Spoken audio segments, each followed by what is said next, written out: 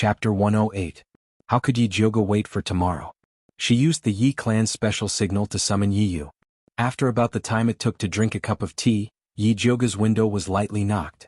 She opened the window and there was no one outside. If it was someone else, they would have been scared half to death. Yi Jioga skillfully said, "Come in." Something brushed past the window and then Yi Yu appeared in Yi Jioga's room, revealing a white jade-like beautiful face. "Big Miss, why are you looking for me?" Yi Yu had been cultivating and hadn't been summoned by Yi Jioga for a long time. "Help me keep an eye on the Su clan. If anything happens, report to me immediately," Yi Jioga said and then added seriously, "Keep an especially close eye on Old Man Su." Yi was a bit shocked. Although he was in closed-door cultivation, he knew that today was the day Old Man Su was going to hold a banquet to welcome guests. Did Big Miss Yi mean that someone would dare to cause trouble at this time? However, he saw Yi Jioga's serious expression and didn't dare to ask. He nodded and said, "Okay, I'll go now." "Be careful, don't let them find you," Yi Jioga said. Although Yi Yu's cultivation had improved a lot, Old Man Su was still a spirit master, so he had to be careful. "Big Miss, don't worry. I know what to do," Yi Yu said and disappeared into the night. That night, Yi Jioga couldn't sleep well. She kept calling out for Zishang in her heart but didn't get any response. Yi Yu didn't come back for the whole night and didn't know what was going on with the Su clan. Before the sun rose, Yi Jioga couldn't lie down anymore. She got up and looked in the mirror to find that her face was unspeakably ugly. Her eyes looked like they had been punched twice. Pearl fetched water and saw Yi Jioga's dispirited appearance. She was shocked and quickly asked, "Big Miss, what's wrong? Didn't you sleep well last night?" "Nothing." Yi Jioga took the warm cloth that Pearl handed over and wiped her face. She was really worried about the Su clan and was thinking whether to look for Dongfang Ke to help her gather information or Wan Ziang. Zhenju thought that Yi Jioga was worried about the traitor in the Yi mansion, so she said, "Eldest Miss, I went to the sprinkler room last night and asked carefully." During this time, 7th concubine's maidservant, Yuan Yang, often inquired about news in the sprinkler room. She liked to ask about our purple forest garden the most, so they all suspected that it was Yuan Yang who went through the garbage in our yard. 7th aunt. Yi Jioga raised his eyebrows. He didn't expect it to be her. As a concubine, why didn't she want to fight for power and favor with Su Yufeng? Why did she come to oppose her? Could it be that she was a spy that the Empress had placed in the Yi mansion? "I heard that 7th concubine's cultivation base has improved again recently, and she's ready to become an intermediate spiritualist." Zhenju revealed another piece of gossip. She advanced again? Yi Jioga was shocked. She remembered that 7th aunt had entered the family 2 years ago when she had just become a rudimentary spiritualist. Although her cultivation base had improved a lot with the help of Yi Yushuan's medicinal pills these years, there should still be a long way to go before she became an intermediate spiritualist. Unless she got a good medicinal pill that could improve her cultivation base while crying. However, with Yi Yushuan's stingy character, it was impossible for him to give it to her. It seemed that this 7th aunt had a lot of secrets. Yi Jioga was contemplating when the voices of 2 young maids suddenly came from outside the door. "Eldest Miss, slaves Yudi and Hua Dai have something to report." Yudi, Hua Dai? Yi Jioga came back to his senses and thought about it. He remembered that there were indeed 2 such maids in his courtyard. They were the descendants of the Yun family's elders. Their aptitudes were good. Mother Qing had recently begun to let them train their bodies. "Let them in," Yi Jioga ordered Zhenju. "Yes." Zhenju bowed and went out to bring in 2 young maids who were about 12 years old. The one wearing green clothes was Yudi. Her eyes were quite elegant, and it could be seen that she was a calm and steady person. The one wearing pink clothes was Hua Dai. The corners of her mouth were curved like a smile. At first glance, it could be seen that she was a clever girl. Both of them had very mixed pseudo-spiritual roots. Although they could not advance to spirit practitioner, they had no problem in training their bodies. Slaves Yudi and Hua Dai greet eldest miss. The 2 maids knelt down and bowed to Yi Jioga. "Get up." Yi Jioga signaled Zhenju to help the 2 young maids up. Then he said, "Our Purple Forest Park does not accept this kneeling ceremony. You 2 are still young. Don't kneel so easily. Otherwise your knees will suffer in the future." "Yes." Yudi and Hua Dai bowed obediently, but in their hearts they were very happy. They had long heard that eldest miss was a generous master. Today it seemed that it was true. "You 2 just said that you had something to report. What is it?" Yi Jioga asked. Replying to eldest miss, this slave just heard something from the gatekeeper. It said that a corpse suddenly fell from the sky from Lord Su's house on our street. His family was so scared that they immediately reported it to the authorities. Now the corpse has been sent to the Ministry of Justice. The people from the Ministry of Justice invited Master to take a look. Needless to say, this corpse was a Su family guard. This Lord Su is really a wonderful person. Yi Jioga couldn't help but laugh. Yesterday the quarrel between her and old man Su should have been heard by everyone on the street. Everyone else gave face to Yi Yuxuan and returned the corpse of the Su family guard. Only this Lord Su wanted to send it to the Ministry of Justice. Clearly he wanted to make things difficult for Yi Yuxuan. I heard that Madam is so angry that she is bedridden. These few days she has been taking medicine to protect her pregnancy. Hua Dai said boldly. The corner of Yi Jioga's mouth hooked up. He didn't have any sympathy. Su Yufeng came back and caused trouble. She deserved to get sick from anger. Jinju, tell the carriage house to prepare a horse for me. I want to make a trip to the Ministry of Justice. Yi Jioga believed that with Wan Ziang there, the matter of the Su family guard would not be easily settled. She could go over and help out. Yes. Jinju nodded and asked, does eldest miss want to bring people out? When Yudi and Hua Dai heard this, their eyes immediately lit up. Let them go out with me. Yi Jioga usually didn't like to bring people out. But now that she thought about it, it was necessary to cultivate some capable trusted aides. Thank you, eldest miss. The two servant girls immediately bowed to Yi Jioga with joy. Eldest miss, do you want to tell Mother Qing? Jinju asked in a low voice. Yi Jioga said.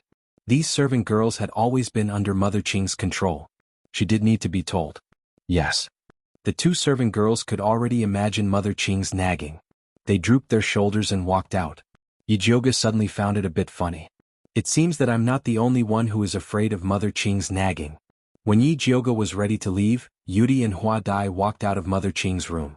The two of them seemed to have been reprimanded. Their little faces that were full of joy just a moment ago became very calm. They didn't dare to say a word. Yi Jioga was very satisfied with this. After all, she was going out. It was good for the two servant girls to be more steady. She brought the two servant girls to the carriage and walked towards the Ministry of Justice. Chapter 109. Yi Jioga went to the Ministry of Justice and said he wanted to see Wan Ziang. The guard at the door went in to make the announcement. Unexpectedly, Wan Ziang and Bai Songling came out to greet him. Miss Yi, why didn't you say you were coming? Bai Songling asked. I heard that someone from the Ministry of Justice came to identify my father's body, so I wanted to come and see. Where is my father? Yi Jioga asked. Bai Songling heard this and suddenly said with a strange expression, didn't you hear that something happened to the Su family? What happened? Old man Su didn't die, did he? I heard that old man Su drank too much last night and suddenly didn't wake up. We invited a lot of spiritual doctors to see him, but it was useless. Your father has already rushed over. Bai Songling said gloatingly. They all heard that old man Su brought Su Yufeng back to the Yi family to bully Yi Jioga yesterday. That was why they wanted to use the body of the Su family's guard to do something. They didn't expect that old man Su would die before they could do anything. I see. Yi Jioga was slightly relieved. It was good that he didn't die. Miss Yi, old man Su fell ill after making trouble at your house yesterday. I'm afraid that the Su family will blame it on you. You have to be careful. Wan Ziang said. He had been investigating the Su family and knew that they were unreasonable scoundrels. It was possible that they would slander Yi Jioga. Different situations call for different actions. With Zishang around, the Su family should be the one to be careful. But Miss Yi, you don't need to worry too much. The cause of old man Su's illness is still unknown. I guess the Su family doesn't have time to care about other things. Bai Songling comforted her. Yes. Yi Jioga was glad that old man Su was only in a coma. If he really died suddenly, the Su family would definitely bite people everywhere like a mad dog. This is not a good place to talk. Why don't we go to the Yuwu tea house? Bai Songling had something to ask Yi Jioga. Okay. Yi Jioga also had something to ask them for help. Miss Yi, get in the carriage first. I will go back and tell them to send the body back to the Su family. Bai Songling squinted her eyes and smiled. It'll make the Su family more trouble. Yes. Yi Jioga nodded. Bai Songling and Wan Ziang went to the Misty Rain tea house together after explaining everything. Bai Songling waited for the waiter to serve tea and snacks and told him something about the Su family. Then she asked Yi Jioga, by the way, Aunt Hongxiu sent a message yesterday saying that Nanny Su was missing. She couldn't find her in the entire harem. She guessed that something might have happened to Nanny Su. I wonder if Miss Yi has heard of this news? Ever since Yi Jioga revealed Wet Nurse Su's identity as an evil cultivator, Aunt Hong Xiu had been paying close attention to her every move. Therefore, when they found out that she was missing, they immediately spread the news. Bai Songling compared the time and found that the day when Mammy Su disappeared was the day when Yi Jioga went into the demonic beast forest to collect herbs. She had some guesses in her heart. I haven't heard of this before. Do you think the Empress sent Nanny Su to do something else? Yi Jioga said casually. She was not worried that others would suspect her. After all, with her cultivation, it was impossible for her to kill Nanny Su no matter how she looked at it. She just needed to hide the demonic weapon, the Thunder Snake illusionary whip. Hearing what you said, I remember something. The Ministry of Penalty just received the news from Hepu County this morning, saying that female corpses were also found there 10 days ago. However, the courier station they sent the news was suddenly destroyed that day, so the Ministry of Penalty didn't get the news until now. Bai Songling had planned to go to Hepu County with Wan Xiang today to have a look. Do you suspect that these female corpses were done by Nanny Su? Yi Jioga asked. It shouldn't be her. The case in Hepu County and that in Heian County should be done by the same person. When the accident happened in Hepu County, Nanny Su was still in the palace. However, even if it wasn't Nanny Su, the murderer must be related to her. Maybe they are in cahoots with Su Junqing. But I don't know why they appeared in Thunder Country. Bai Songling had been thinking about this recently. The Su family, the Empress, and the Crown Prince are all related to the evil cultivator, which means that the evil cultivator wants something from them. Wan Xiang added. Yi Jioga subconsciously thought of the treasure map. At this time, she suddenly felt something strange on the chair to her left. It seemed that someone had accidentally touched her seat. Her heart skipped a beat as she knew that Yi Yu had arrived. She could even feel Yi Yu's messy breath. He must have thought of the treasure map. Yi Jioga was about to find an excuse to leave. Unexpectedly, Wan Xiang also noticed Yi Yu's strange behavior. He shouted to the corner behind Yi Jioga, "Who's there?" Bai Songling reacted very quickly. With a flash of green light in her hand, a green vine shot out instantly. Don't do it. He's one of us. Yi Jioga raised his hand to stop Bai Songling's vine. Wan Xiang, who was preparing a fireball, suddenly stopped and asked in confusion, "One of us? You come out." Yi Jioga turned to the corner and said. The shadow in the corner twisted, and Yi Yu's figure appeared. The Yi family? Unexpectedly, Wan Xiang recognized Yi Yu at a glance. "Brother Wan, how do you know him?" Yi Jioga asked curiously. "The Crown Prince and the Su family have been looking for him. Even we have heard about it." Bai Songling and Wan Xiang worked in this field, so they knew a lot more than ordinary people. "Why are the Crown Prince and the Su family looking for him?" Yi Jioga pretended to ask. She wanted to test whether Bai Songling and Wan Xiang knew about the treasure map. "You'll have to ask young Master Yi," Wan Xiang said. It seemed that he didn't know anything. Yi Yu didn't say a word. He completely ignored Wan Xiang and Bai Songling. "Ahem, it's fine if young Master Yi doesn't want to say it. I've heard that the Yi family's invisibility technique is extraordinary. It's really amazing today." Bai Songling saw the awkward atmosphere and quickly tried to smooth things over. "You flatter me." Yi Yu only replied with 2 words for Yi Jioga's sake. Wan Xiang looked at Yi Yu and suddenly said, "Are you interested in going with me to investigate the whereabouts of the evil practitioners?" He was too famous. Most of the time, the clues would be destroyed when he went to the place where the murder happened. He needed a partner to secretly cooperate with him. In the past, it was Bai Songling who cooperated with him. But recently there were many things in Prince Dongling's mansion, so Bai Songling couldn't leave. He didn't like the people in the Ministry of Justice, so he turned to Yi Yu. "Not interested." Yi Yu refused coldly. He didn't want to have anything to do with the people in the Ministry of Justice. "If we can catch this evil practitioner, we might be able to find evidence that Su Junqing practices evil arts." When Wan Xiang said this, he looked at Yi Jioga. He could see that Yi Yu trusted Yi Jioga a lot. If Yi Jioga spoke for him, Yi Yu would probably agree. Chapter 110. "I want to talk to Yi Yu alone," Yi Jioga said calmly. "Okay." Wan Xiang and Bai Songling left the room immediately. "Miss, you don't have to say anything. I won't go with them," Yi Yu said before Yi Jioga could speak. He hated Su Junqing, not the heretic. "Not even to save your sister?" Yi Jioga sighed. He didn't tell Yi Yu about Yi Yunji because he was worried it would affect his cultivation. But Wan Xiang was right. Su Junqing was too difficult to deal with. It was rare to find an arrogant and brainless heretic. If he could find him, he could get more clues. "What do you mean, miss?" Yi Yu's heart trembled. Sorry, I've been hiding it from you. Yi Jioga told him what happened in the basement and said, if what the heretic said is true, Su Junqing should have sent your sister to a heretic who is more powerful than him. Yi Yu's face turned pale. The red mole between his eyebrows seemed to have lost its color. Then his body trembled and his breath became chaotic. There was a trace of blood at the corner of his mouth. Yi Jioga quickly helped Yi Yu to sit down. She felt his pulse and found that his cultivation had reversed. He was showing signs of qi deviation. She quickly used acupuncture to help Yi Yu adjust his qi. Yi Yu vomited a mouthful of blood. Then he regained his breath. Fortunately, he had been cultivating recently. Even if his mind became chaotic, he could quickly protect his dantian. I didn't dare to tell you before because I was afraid you couldn't stand it. Yi Jioga sighed. Su Junqing was difficult enough to deal with.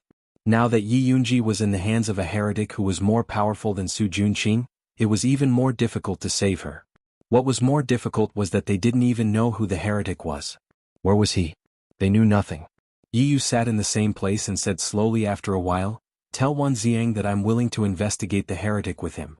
His sister was his only family in this world. Even if she did something irreparable, he should be the one to punish her on behalf of the family instead of letting her fall into the hands of the heretic. So no matter how difficult it was, he had to do it. Okay. Yi Jioga knew that Yi Yu would agree, so he went out and called Wan Ziang in. Wan Ziang didn't know what Yi Jioga said to Yi Yu, but looking at his pale face and gloomy eyes, he knew that it must have been something very painful. He could not help but think of himself and felt a sense of empathy for Yi Yu. The subtle enmity between him and Yi Yu from before had dissipated quite a bit. When does Big Brother Wan plan to set off to investigate the evil cultivators? Yi Jioga asked. The sooner the better. Wan Ziang said. Bai Songling was in charge of the Ministry of Justice, so there was no need for him to worry. We will depart in an hour, Yi Yu said coldly. So fast. Bai Songling said with a bitter face. Wan Ziang was considered a pillar of the Ministry of Justice. If he suddenly left, he would be very busy. All right, we'll pack up and leave immediately. Wan Ziang nodded. He was very appreciative of Yi Yu's swift and decisive actions. That's right, Big Brother Wan, you don't need to hide this evil cultivator investigation anymore. It's best to spread this matter, the bigger the better. Yi Jioga said. Why? Wan Ziang asked confusedly. If we don't make it bigger, how can we take the blame for Su Junqing in the future? Yi Jioga was smiling, but her eyes were terrifyingly cold. She could not kill the people of the Su family because it would be very troublesome. Therefore she could only think of ways to make them suffer more than death. If old Master Su knew that his most beloved and trusted grandson, Su Junqing, was an evil cultivator whose hands were stained with blood and who sold girls in a brothel, he would probably jump up even if he was in a coma. Wan Ziang thought for a while, then nodded slowly and said, I see. They had been suppressing this matter before because they were worried that if it was spread out, the people would panic, and some lawbreakers would take the opportunity to disturb the people, or swindle and collect money. But Yi Jioga was right. If they did not make it bigger, Su Junqing was likely to escape even if they had something on him in the future. Water could carry a boat, but it could also capsize it. If they wanted to completely destroy the Su family, they had to make use of public opinion. Wan Ziang and Yi Yu had to hurry to Hepu County to investigate, so they planned to leave first and let Bai Songling take Yi Jioga back. Before they left, Yi Yu told them one thing. Great-grandfather Su hadn't suddenly fainted when he was drunk, but when he went to the toilet. It was said that he was covered in feces from head to toe and almost suffocated to death in the toilet. What a disgusting piece of good news, Bai Songling said to Yi Jioga with a smile. I don't think I can eat today. Yi Jioga smiled and then said to Bai Songling, Brother Bai, I want to ask you to help me investigate someone. Oh, Bai Songling asked. The seventh concubine of the Yi family, Mu Xianglan, 20 years old, a beginner stage wood spirit practitioner. Yi Jioga carefully told him the information about the seventh concubine. Why do you want to investigate this seventh concubine? Bai Songling felt very strange. There should be no conflict between father's concubine and her. I suspect that she is a spy placed in the Yi family by the Empress. Yi Jioga roughly told him that the seventh concubine had been monitoring him. Her Majesty's hand really extends too far. She even grabs the backyard of other people's house. Don't worry. I will definitely help you investigate this matter. Bai Songling immediately took it to heart when she heard that it was related to the Empress. Thank you. Yi Jioga knew that it was right to ask Bai Songling for this matter. His hatred for the Empress was the same as Yi Yu's hatred for the Su family and Wan Ziang's hatred for the evil cultivator. After Yi Jioga and Bai Songling said goodbye, they got on the carriage. He saw that Yu Dai and Hua Dai were sitting obediently in the car. They didn't ask too many questions and behaved quite well. Yi Jioga was quite satisfied with them and decided to go back and say good things about them to Mother Qing. When she returned to Purple Forest Garden, she happened to see Mother Qing walking in the yard. She suddenly frowned. "Who let you out?" "This old servant is about to go moldy, so I want to go out for a walk." Mother Qing smiled flatteringly. "It's better to go moldy than to leave a root cause of illness. You are already so old, do you still want me to teach you?" Yi Jioga was really angry. This old servant knows her mistake. Mother Qing said with a bitter face. Usually she was the one nagging others. This time she was caught by Yi Jioga and severely reprimanded. She was also complaining in her heart. The two servant girls, Yu Dai and Hua Dai, covered their mouths and snickered. Yi Jioga turned around and ordered them, "Help Mother Qing in to rest." The two servant girls hurried over and intimately held Mother Qing's hand. They smiled flatteringly and said, "Mother Qing, let us help you in." Yi Jioga then went to the alchemy room. The fat black rat was still sleeping in her animal skin bag. This fat rat was in a state of deep sleep for most of the day. It was almost comparable to Zishang. "You dare to compare this sovereign with this rat? You have guts." Zishang's lazy voice sounded. Chapter 111. Yi Jioga didn't expect Zishang to wake up at this time. After a moment of daze, she immediately asked, "Tell me, what did you do to old man Su?" "Nothing, I just sealed his 5 senses." Zishang said faintly. "That's too cruel." Yi Jioga was speechless. She knew Zishang was cruel, but she didn't expect him to be this cruel. Sealing one's 5 senses was isolating one's reaction to the outside world. Unable to speak, unable to move, unable to feel anything, but one's mind was still very clear. This feeling was as terrifying as sinking into the darkest sea. Old man Su was probably going crazy. "I'm already very kind." If they were in the Yao clan, he had thousands of ways to make old man Su's life worse than death. "Then I thank you on his behalf." Yi Jioga said sincerely. "I helped you vent your anger, don't you want to reward me?" Zishang appeared and pulled Yi Jioga into his arms. "Did I beg you to go?" Yi Jioga pushed him away very coldly and heartlessly. This guy made her unable to sleep well last night, and now he had the face to ask for a reward. Giving him 2 slaps was more like it. "Little Jioga?" Zishang's slender eyebrows slightly raised. That pair of dark purple eyes were like amethysts hidden deep in a mine, flashing with a mysterious light as he stared deeply at Yi Jioga. Yi Jioga saw that Zishang's beautiful face was now a little pale, and she couldn't help but feel a trace of guilt. Zishang had to sleep for a few days to pass his power to her. This time, dealing with old man Su must have consumed even more Yao energy. No matter what, he was trying to help her, and it wasn't right for her to be so heartless to him. "Take the reward." Yi Jioga extended his index finger and said very generously, "Suck as much as you want." Zishang looked at Yi Jioga's slender and white index finger and revealed a trace of a smile, as beautiful as a blooming epiphyllum in the night. This was the first time Yi Jioga voluntarily let her suck his blood. Although it wasn't what he wanted, it was better than nothing. Zishang put Yi Jioga's finger in his mouth, bit it with his sharp snake teeth and gently sucked. Yi Jioga was originally worried that he would cause trouble again. Seeing that he was obediently sucking blood, he felt a little uncomfortable, so he tried to find a topic to talk about. "Do you have any way to make me stronger?" This incident with old man Su had given her a wake-up call. She was considered powerful among rudimentary spiritualists, but there were stronger beings. She had to keep improving. "Yes, as long as you dual cultivate with this sovereign can immediately make your cultivation soar." Zishang sucked on Yi Jioga's finger, his eyes staring straight at her, indescribably charming.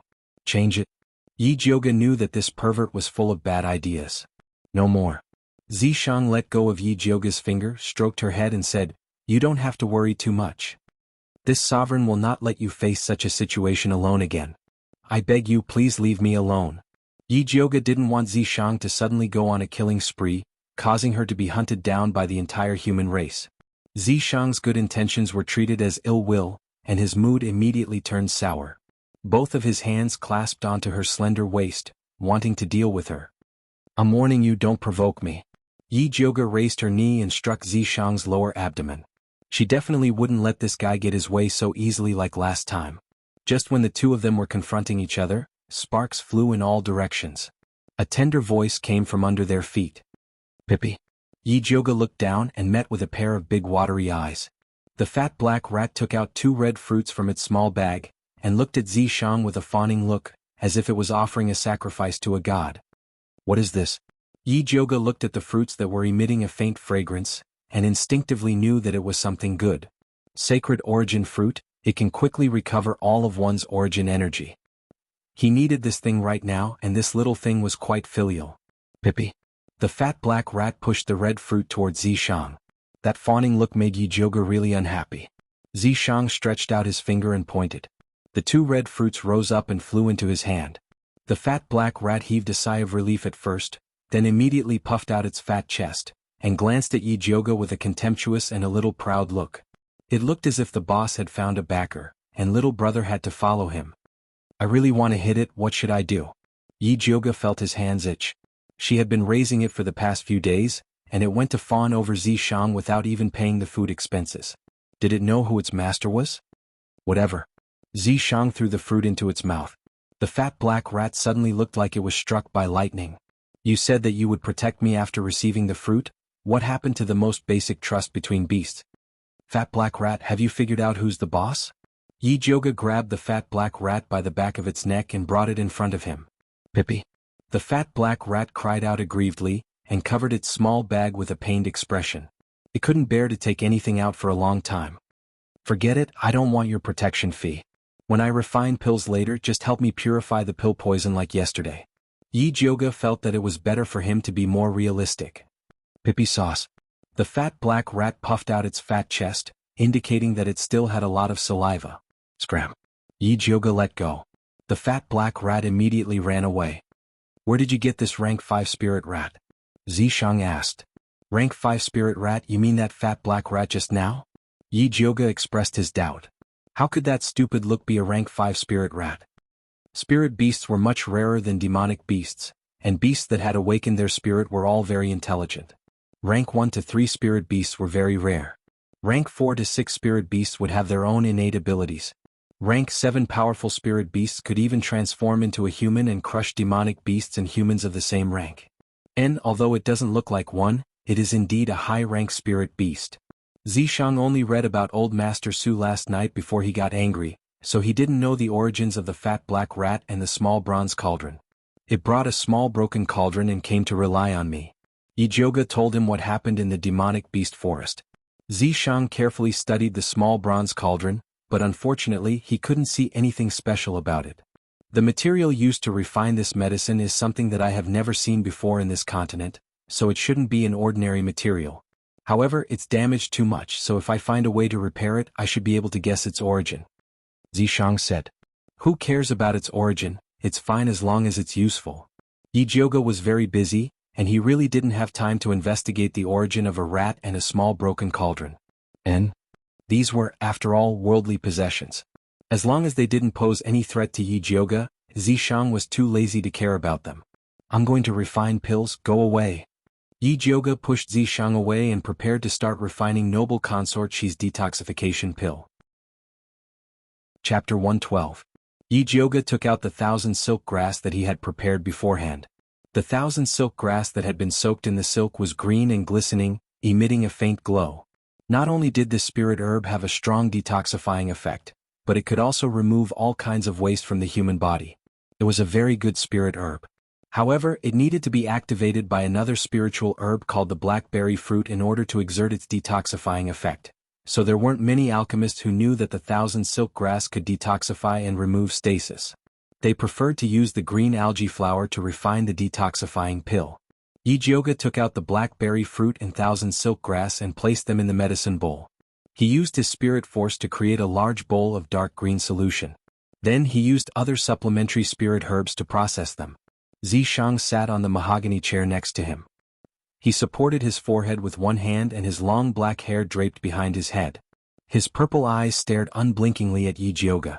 The snake tail swam around Yi Jioga, the tip of its coquettish tail unconsciously teasing the hem of her light green dress embroidered with jasper flowers, as if it wanted to seduce her. Honestly speaking, Yi Jioga's pill refining process was very dull and boring, but Zishang watched with relish. He found that he liked Yi Jioga more and more. She was a little willful, a little barbaric, a little venomous but a little self-reliant. Sigh, if I had known earlier, I wouldn't have restored her original appearance. In the past there were people who liked her even though she was ugly. Now that she was beautiful, wouldn't it be even more dangerous? Looks like I have to work harder to recover my demon power, lest I can't defeat more and more rivals in love in the future. Zishang seemed to have thought of something. Suddenly, his eyes narrowed and the corners of his mouth curled into a faint arc. The golden sunlight reflected a halo on his beautiful face, like a peach blossom in March, gentle and intoxicating, so beautiful that it took one's breath away. It was a pity that no one could appreciate such a beautiful scene. Once Yi Jioge entered alchemy mode, he would exclude everything from the outside world. She strictly calculated the amount of spirit herbs needed and meticulously placed them into the alchemy furnace. Then she began to adjust the alchemy fire. She was now going to customize a beautiful detoxification elixir for noble consort Shi, so it was very important to control the elixir fire. Apart from that, she also had to use her soul power to closely observe the changes in the medicinal ingredients in the pill furnace, ensuring that all the medicinal ingredients could perfectly fuse together again. The blazing pill flame made Yi Jioge's face red. Her limpid eyes stared intently at the pill furnace, as if she was looking at some kind of treasure. The black fat rat squatted beside Yi Jioge and looked at the pill furnace with a serious expression. Time ticked by. Zishang was finally tired of watching. His figure flashed and he returned to the mark in Yi Jioge's hand. Yi Jioge didn't notice it at all. He had been paying close attention to the situation of the pill furnace. He saw that the medicinal liquid inside had completely dissolved, turning into a crystal clear light green solution. The pale green liquid became more and more viscous, and its color turned dark green, and it began to fuse into the shape of a pill. Black fatty, go! Yi Jioge shouted and opened the pill furnace. The fat black rat darted over like a bolt of lightning, puffed up its cheeks, and spat a mouthful of colorless, odorless saliva towards the furnace. After the dark green liquid absorbed the fat black rat's saliva, it instantly split into two and condensed into two pills. The other pill was slightly bigger, about the size of a thumb. It was green and lustrous. It was the illusory beauty detoxification pill. The other one was only the size of a red bean. The dark red one was the pill poison. Yi Jioge gave the red pill poison to the fat black rat and stored the beauty illusion detoxification pill in a jade bottle. She glanced at the darkening sky outside the window. Although it was a bit late to go to the Dongling Prince's residence, the pill had just been refined and she wanted to quickly give it to noble consort Shi. Yi Jioge thought about it and decided to detoxify the poison as soon as possible. She believed that Dongfang Ke and noble consort Shi would be happy to see the detoxification pill. Yi Jioge went to find Bai Songling as usual, wanting him to secretly take her into the prince's residence. When Bai Songling learned that Yi Jioge had already refined noble consort Shi's detoxification pill, he said happily, "Your pill refining is really timely." "What do you mean?" Yi Jioge didn't understand. When she went to see noble consort Shi, she had recovered very well and didn't need to take the detoxification pill immediately. "You don't know, but the Empress is starting to cause trouble again," Bai Songling said. It turned out that after Nurse Su disappeared, the Empress was gloomy for a period of time, and suddenly said that she wanted to help the Emperor select a female. She also said that the harem hadn't had a new person for many years, and that there was no new royal bloodline, so she wanted to open a harem selection.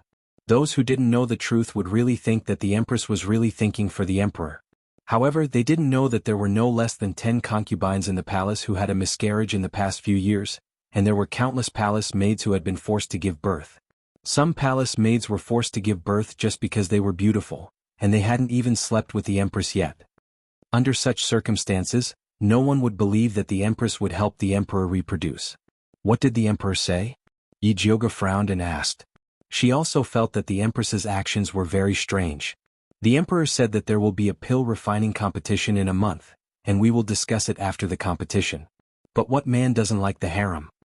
Bai Songling's face flashed with undisguised contempt. It seemed that he had a lot of opinions about Emperor Shenwu. What does the Emperor's selection have to do with noble consort Shi's detoxification? Yi Jioge couldn't understand. If noble consort Shi returns to the harem, the Emperor will definitely not select a concubine, Bai Songling said with certainty. You already said that men like the harem, and noble consort Shi returning to the harem doesn't conflict with the Emperor's selection. Yi Jioge felt that Bai Songling valued noble consort Shi too much. If Emperor Shenwu really loved noble consort Shi that much, how could he allow her to be outside for more than 10 years? That's because you don't know what noble consort she means to the emperor. Bai Songling smiled and said very meaningfully.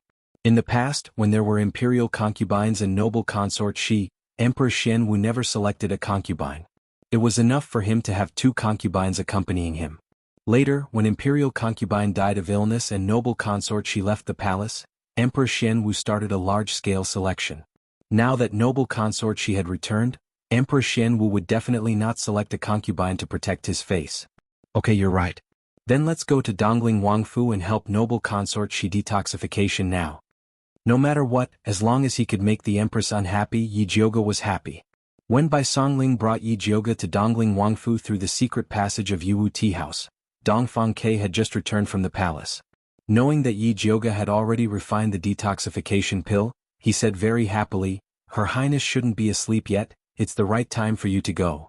Although the rotten flesh on noble consort she's face was much better, she still refused to see guests. Other than Nanny Zhou, only Yi Jiuge could enter her courtyard at will.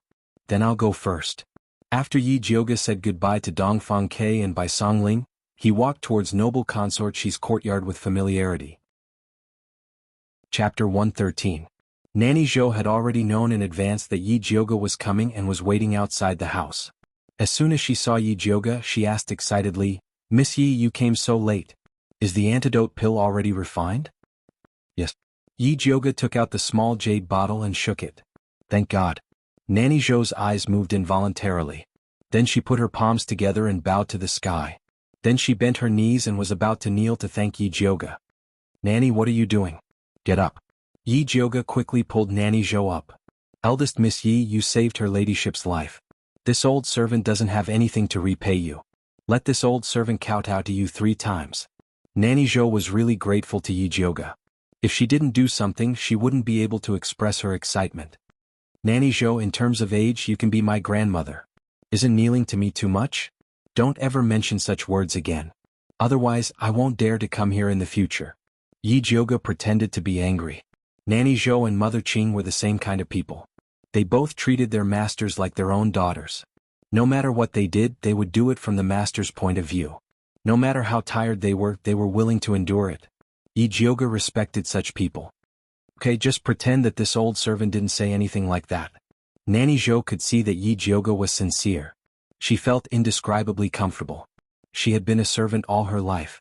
Although others treated her with courtesy out of respect for noble consort no one had ever been like Yi Jiuge, comparing her to his grandmother. She felt like drinking a cup of hot tea in winter. Her heart was warm. No wonder everyone liked such a good girl. Nanny Zhou put her gratitude in the bottom of her heart and quickly brought Yi Jiuge into the house. Noble consort she was walking around the house. She was so nervous that her palms were sweating. She had thought that it would take a lot of effort to cure this disease. She didn't expect that the final detoxification would start so soon.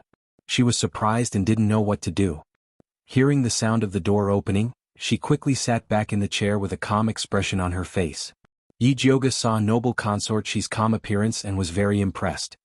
He bowed to her and said, "Jiuge greets your highness." "Jiuge, quickly sit." Noble consort she called out with a faint smile. She had been taking Yi Jiuge's detoxification prescription all this time, and the rotten flesh on the right side of her face had completely scabbed over, turning into a huge black and red scar that looked like a mask. Although it still looked terrifying, it was much better than the oozing pus and rotting flesh from before. "Your Highness, are you ready?" Yi Jiuge sat in front of noble consort she. Although she had made countless preparations for what might happen during this detoxification process.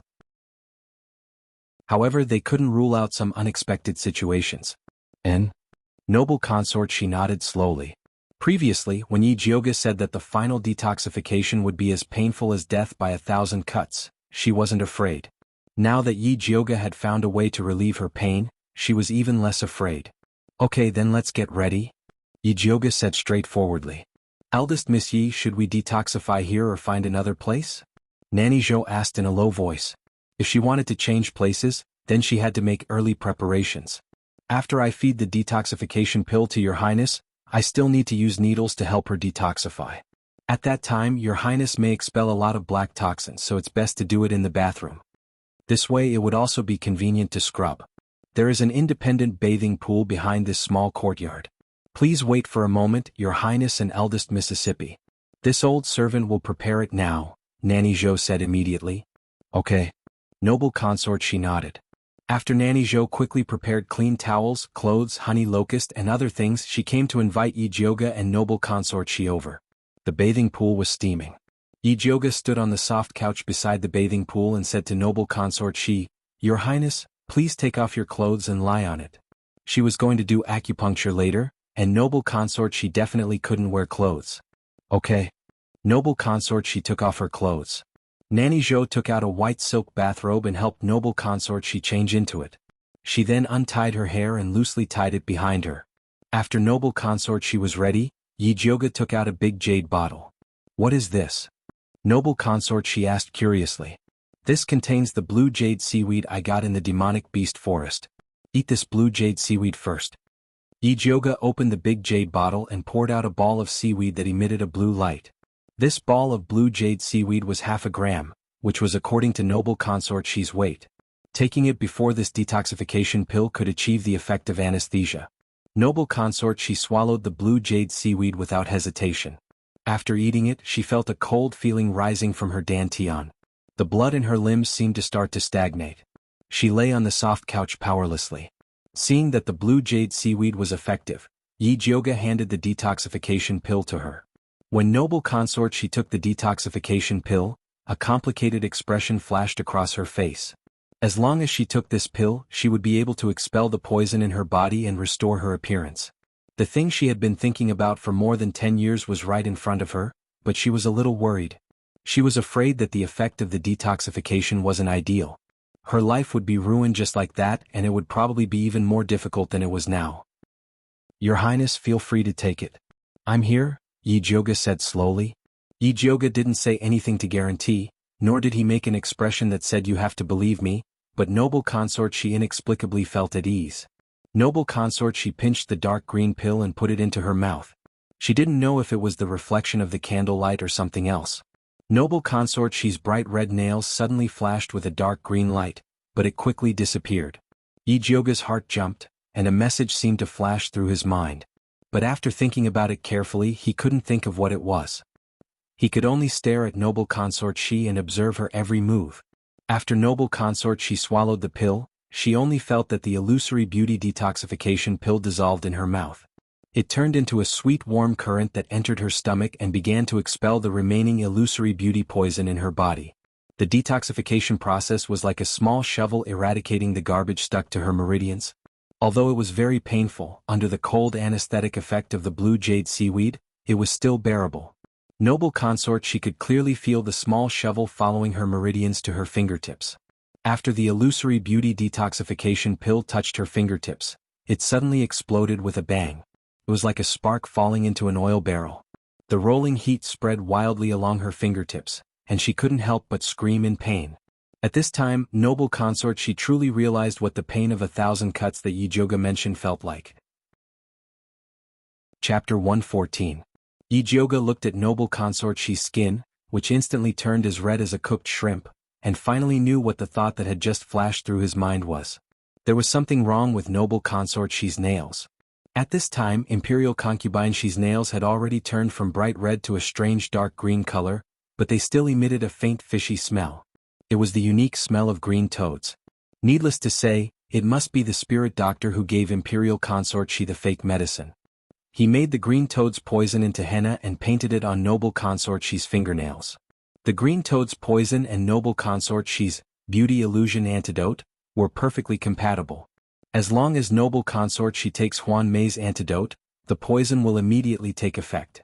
Because the green toad's poison was too small and it was mixed with the henna, even she had overlooked it.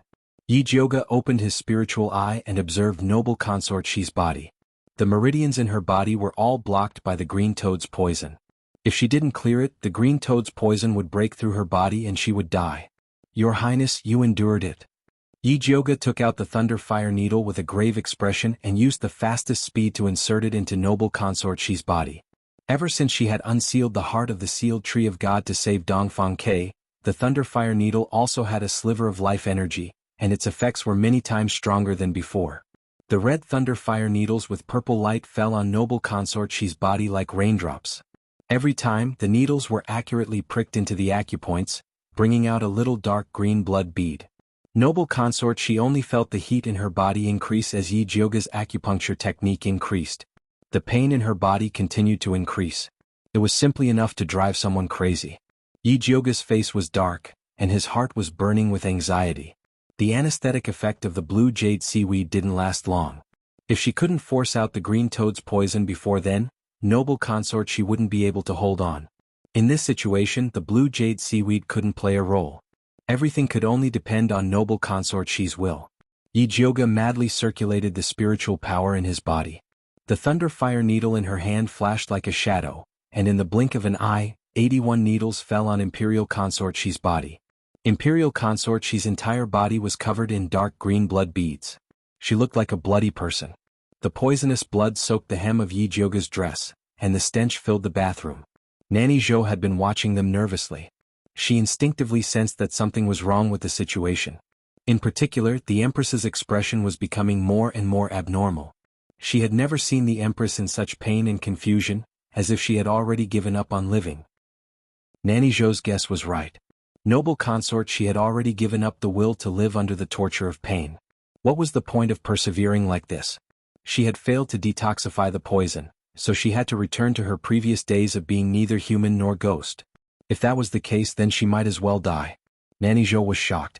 She quickly knelt beside Imperial Consort Shi and shouted anxiously, "Your Highness, you must not give up."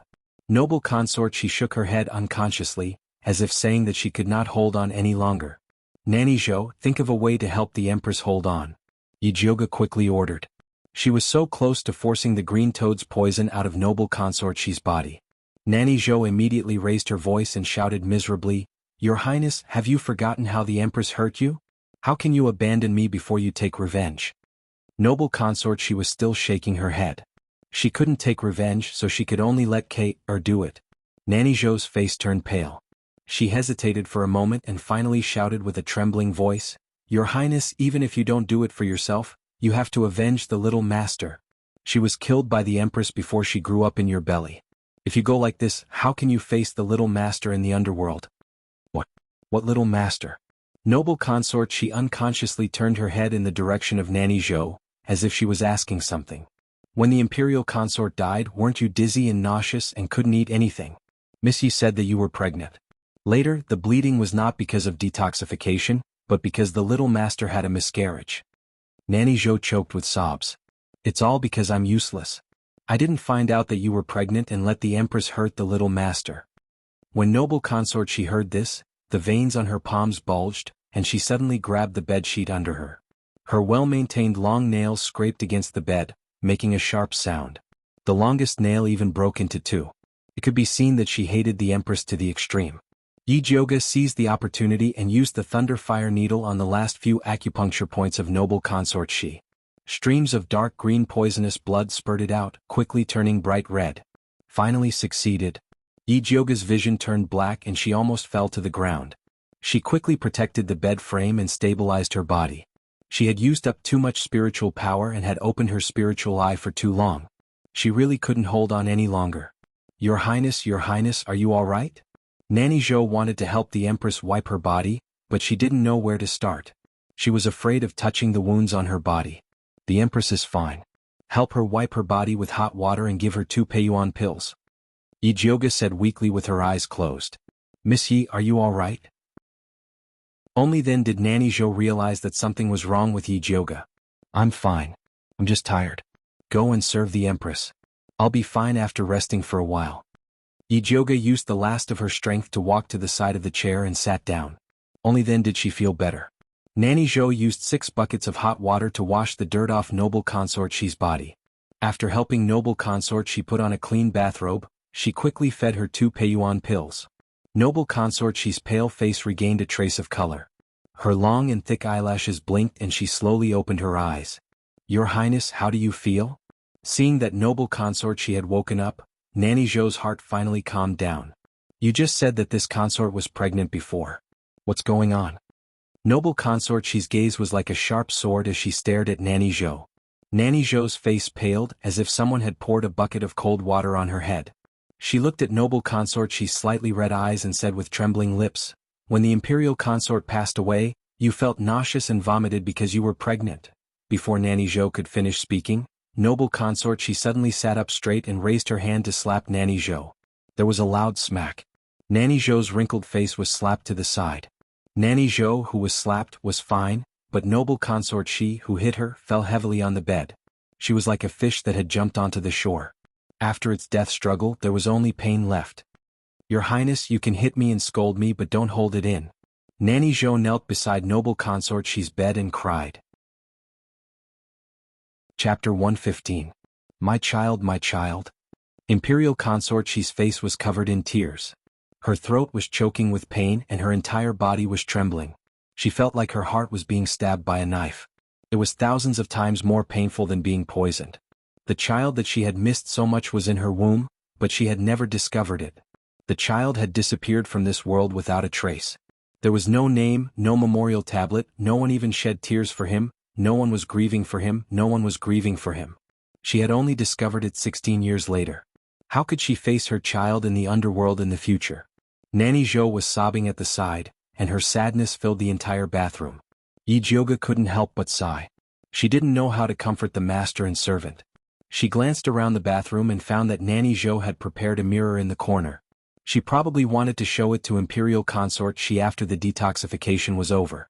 The mirror was very exquisite. The back was made of red sandalwood with lotus flowers and branches carved on it. The surface of the mirror was polished from crystal. It was so bright that it could reflect one's reflection. Yi Jiuge picked up the crystal mirror and came in front of Imperial Consort Shi. He said softly, "Your Highness, you can't make up for the past anymore. You can only look forward. Fortunately, no matter what you want to do now, you have the ability to do it." After saying that, he placed the mirror in front of Imperial Consort Shi. Imperial Consort Shi looked up and saw a beautiful woman reflected in the crystal mirror. Her skin was as white as jade, and her eyes were filled with pain and tears, but she was indescribably gentle and moving. Not only had she recovered her appearance, but she was even more beautiful than 16 years ago. The beauty illusion poison has such an effect. As long as one can endure the pain of being dismembered, they can obtain a new life. Yi Jiuge believed that when the Empress saw the current Imperial Consort Shi, she would definitely hate her to the core. A new life. Imperial Consort Shi muttered to herself. The beauty in the mirror's expression slowly became firm, and her eyes were burning with hatred. Her beautiful face was covered with a resentful expression, like a scorpion with a poisonous needle, ready to devour people at any time. Yi Jiuge was shocked. He was really afraid that Imperial Consort Shi wouldn't be able to suppress her emotions and enter the palace to fight with the Empress. However, Imperial Consort Shi quickly recovered her normal expression. Her full lips were red like a pill and she smiled beautifully. "Dongfang Yan Shui Mingzhu, I'm back." After saying that, he closed his eyes and fainted. "Your Highness, what's wrong?" Nanny Zhou hurriedly straightened her body and looked towards Yi Jiuge in panic. "Eldest Miss, quickly take a look at her ladyship." Yi Jiuge stepped forward to take her pulse. Seeing that she was only unconscious due to exhaustion, he said, "Nyang Nyang is fine. She will be fine after a nap." Nanny Zhou breathed a sigh of relief. Her body went limp and she sat on the ground. "Nanny, stop kneeling." Yi Jiuge helped Nanny Zhou up and advised, "Nyang Nyang still needs you to serve her. If you fall, she will have no one to rely on." Eldest Miss is right. Nanny Zhou wiped her eyes and took a deep breath. She hid all the sadness, pain, and exhaustion in her heart. If it wasn't for the fact that she had been cultivating all these years and her body was still considered strong, she probably wouldn't have been able to withstand the emotional ups and downs. "Nanny, send noble consort Shi back to rest first. I'll go out and tell His Highness the Prince of Dongling lest he worries," said Yi Jiuge. Noble consort Shi's poison had been completely expelled. The next step was to quietly recuperate. "Okay, eldest miss, there is hot water and new clothes over there. You should also change your clothes." Nanny Zhou looked at Yi Jiuge, who was covered in blood. Yi Jiuge's figure was about the same as noble consort Shi's, so he should be able to wear her clothes. "Okay, I'll change later." Only then did Yi Jiuge discover that his body was covered in the smell of noble consort Shi's poison. "Then this old servant will leave first." Nanny Zhou used a blanket to wrap noble consort Shi up and carried her back to the room. Yi Jiuge simply wiped his body, picked a lotus blue dress and put it on. Then he walked out of the courtyard. Dongfang Ke and Bai Songling were waiting outside the courtyard. Seeing Yi Jioge come out with a change of clothes and a face full of exhaustion, Dongfang Ke immediately asked worriedly, "Did something happen?" "And something went wrong when I was detoxifying the poison. I almost failed at the last moment. It's all my fault for not checking clearly before." Yi Jioge told him about the green toad's poison. These days she had placed all her attention on noble consort Shi's injuries and the poison of beauty illusion. She had indeed been negligent. The Empress is vicious and meticulous, and the poison she uses is very strange. It's normal that you didn't discover it. Dongfang Ke wasn't comforting Yi Jioge. He had been poisoned by the Empress before, so he understood her methods very well. Often, after you thought you had detoxified the poison in your body, you would discover that another poison had just started. "That's right. Miss Yi, it's a good thing that you came to detoxify Her Highness. If it was someone else, they probably wouldn't even have the chance to save her." Although Yi Jioge didn't explain the detoxification process, Bai Songling could tell from her pale face and tired figure that the detoxification process was very dangerous. "Just now, in order to let Her Highness persevere, I told her about her miscarriage. I'm afraid that her mood will be very bad during this period of time. You guys have to pay more attention," Yi Jioge instructed. Although the poison in noble consort Shi's body had been detoxified, it was still very important to take care of her. If she didn't take care of it well, there might be some side effects. "Don't worry, I'll take good care of Her Highness." Dongfang Ke treated noble consort Shi as his own family, so he would naturally take good care of her. "Alright, I'll go back first. If anything happens to noble consort Shi, you guys can come and inform me." Yi Jioge was so tired that it was hard for her to even speak. She just wanted to return to Purple Forest Park and have a good sleep.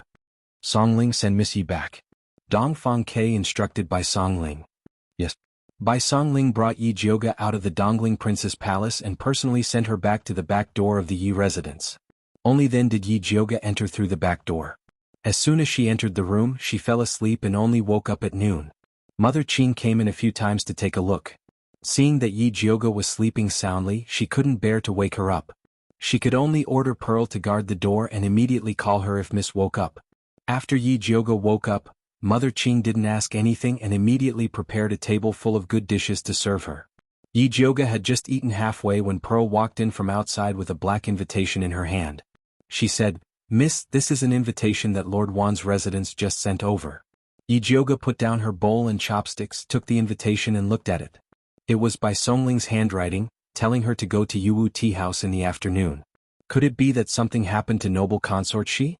Yi Jioge didn't have the mood to eat anymore, so she changed her clothes and prepared to go out. Chapter 116. Eldest Miss, no matter how important this date is, you can't ignore your health. Mother Qing couldn't help but say.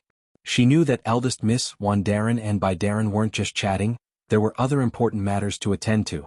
But no matter how important those matters were, they couldn't leave early and return late like this. "It's fine, I'm in good health," Yi Jioge said. She just missed 2 meals, she wouldn't starve to death. "You're not a pill refiner from the Ministry of Justice. Why do they come to you for everything?" Mother Qing muttered with dissatisfaction. Every time Eldest Miss came back from Yuwu Tea House, she would either go out to pick herbs or refine pills in the pill refining room. No matter how stupid she was, she knew that Wan Xiang and Bai Songling came to find Eldest Miss for pills. Originally, she thought that the two of them were good son-in-laws, but now it seemed that they weren't anything good.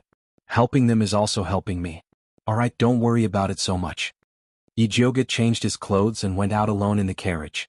Bai Songling was already waiting in the room of Yuwu Tea House.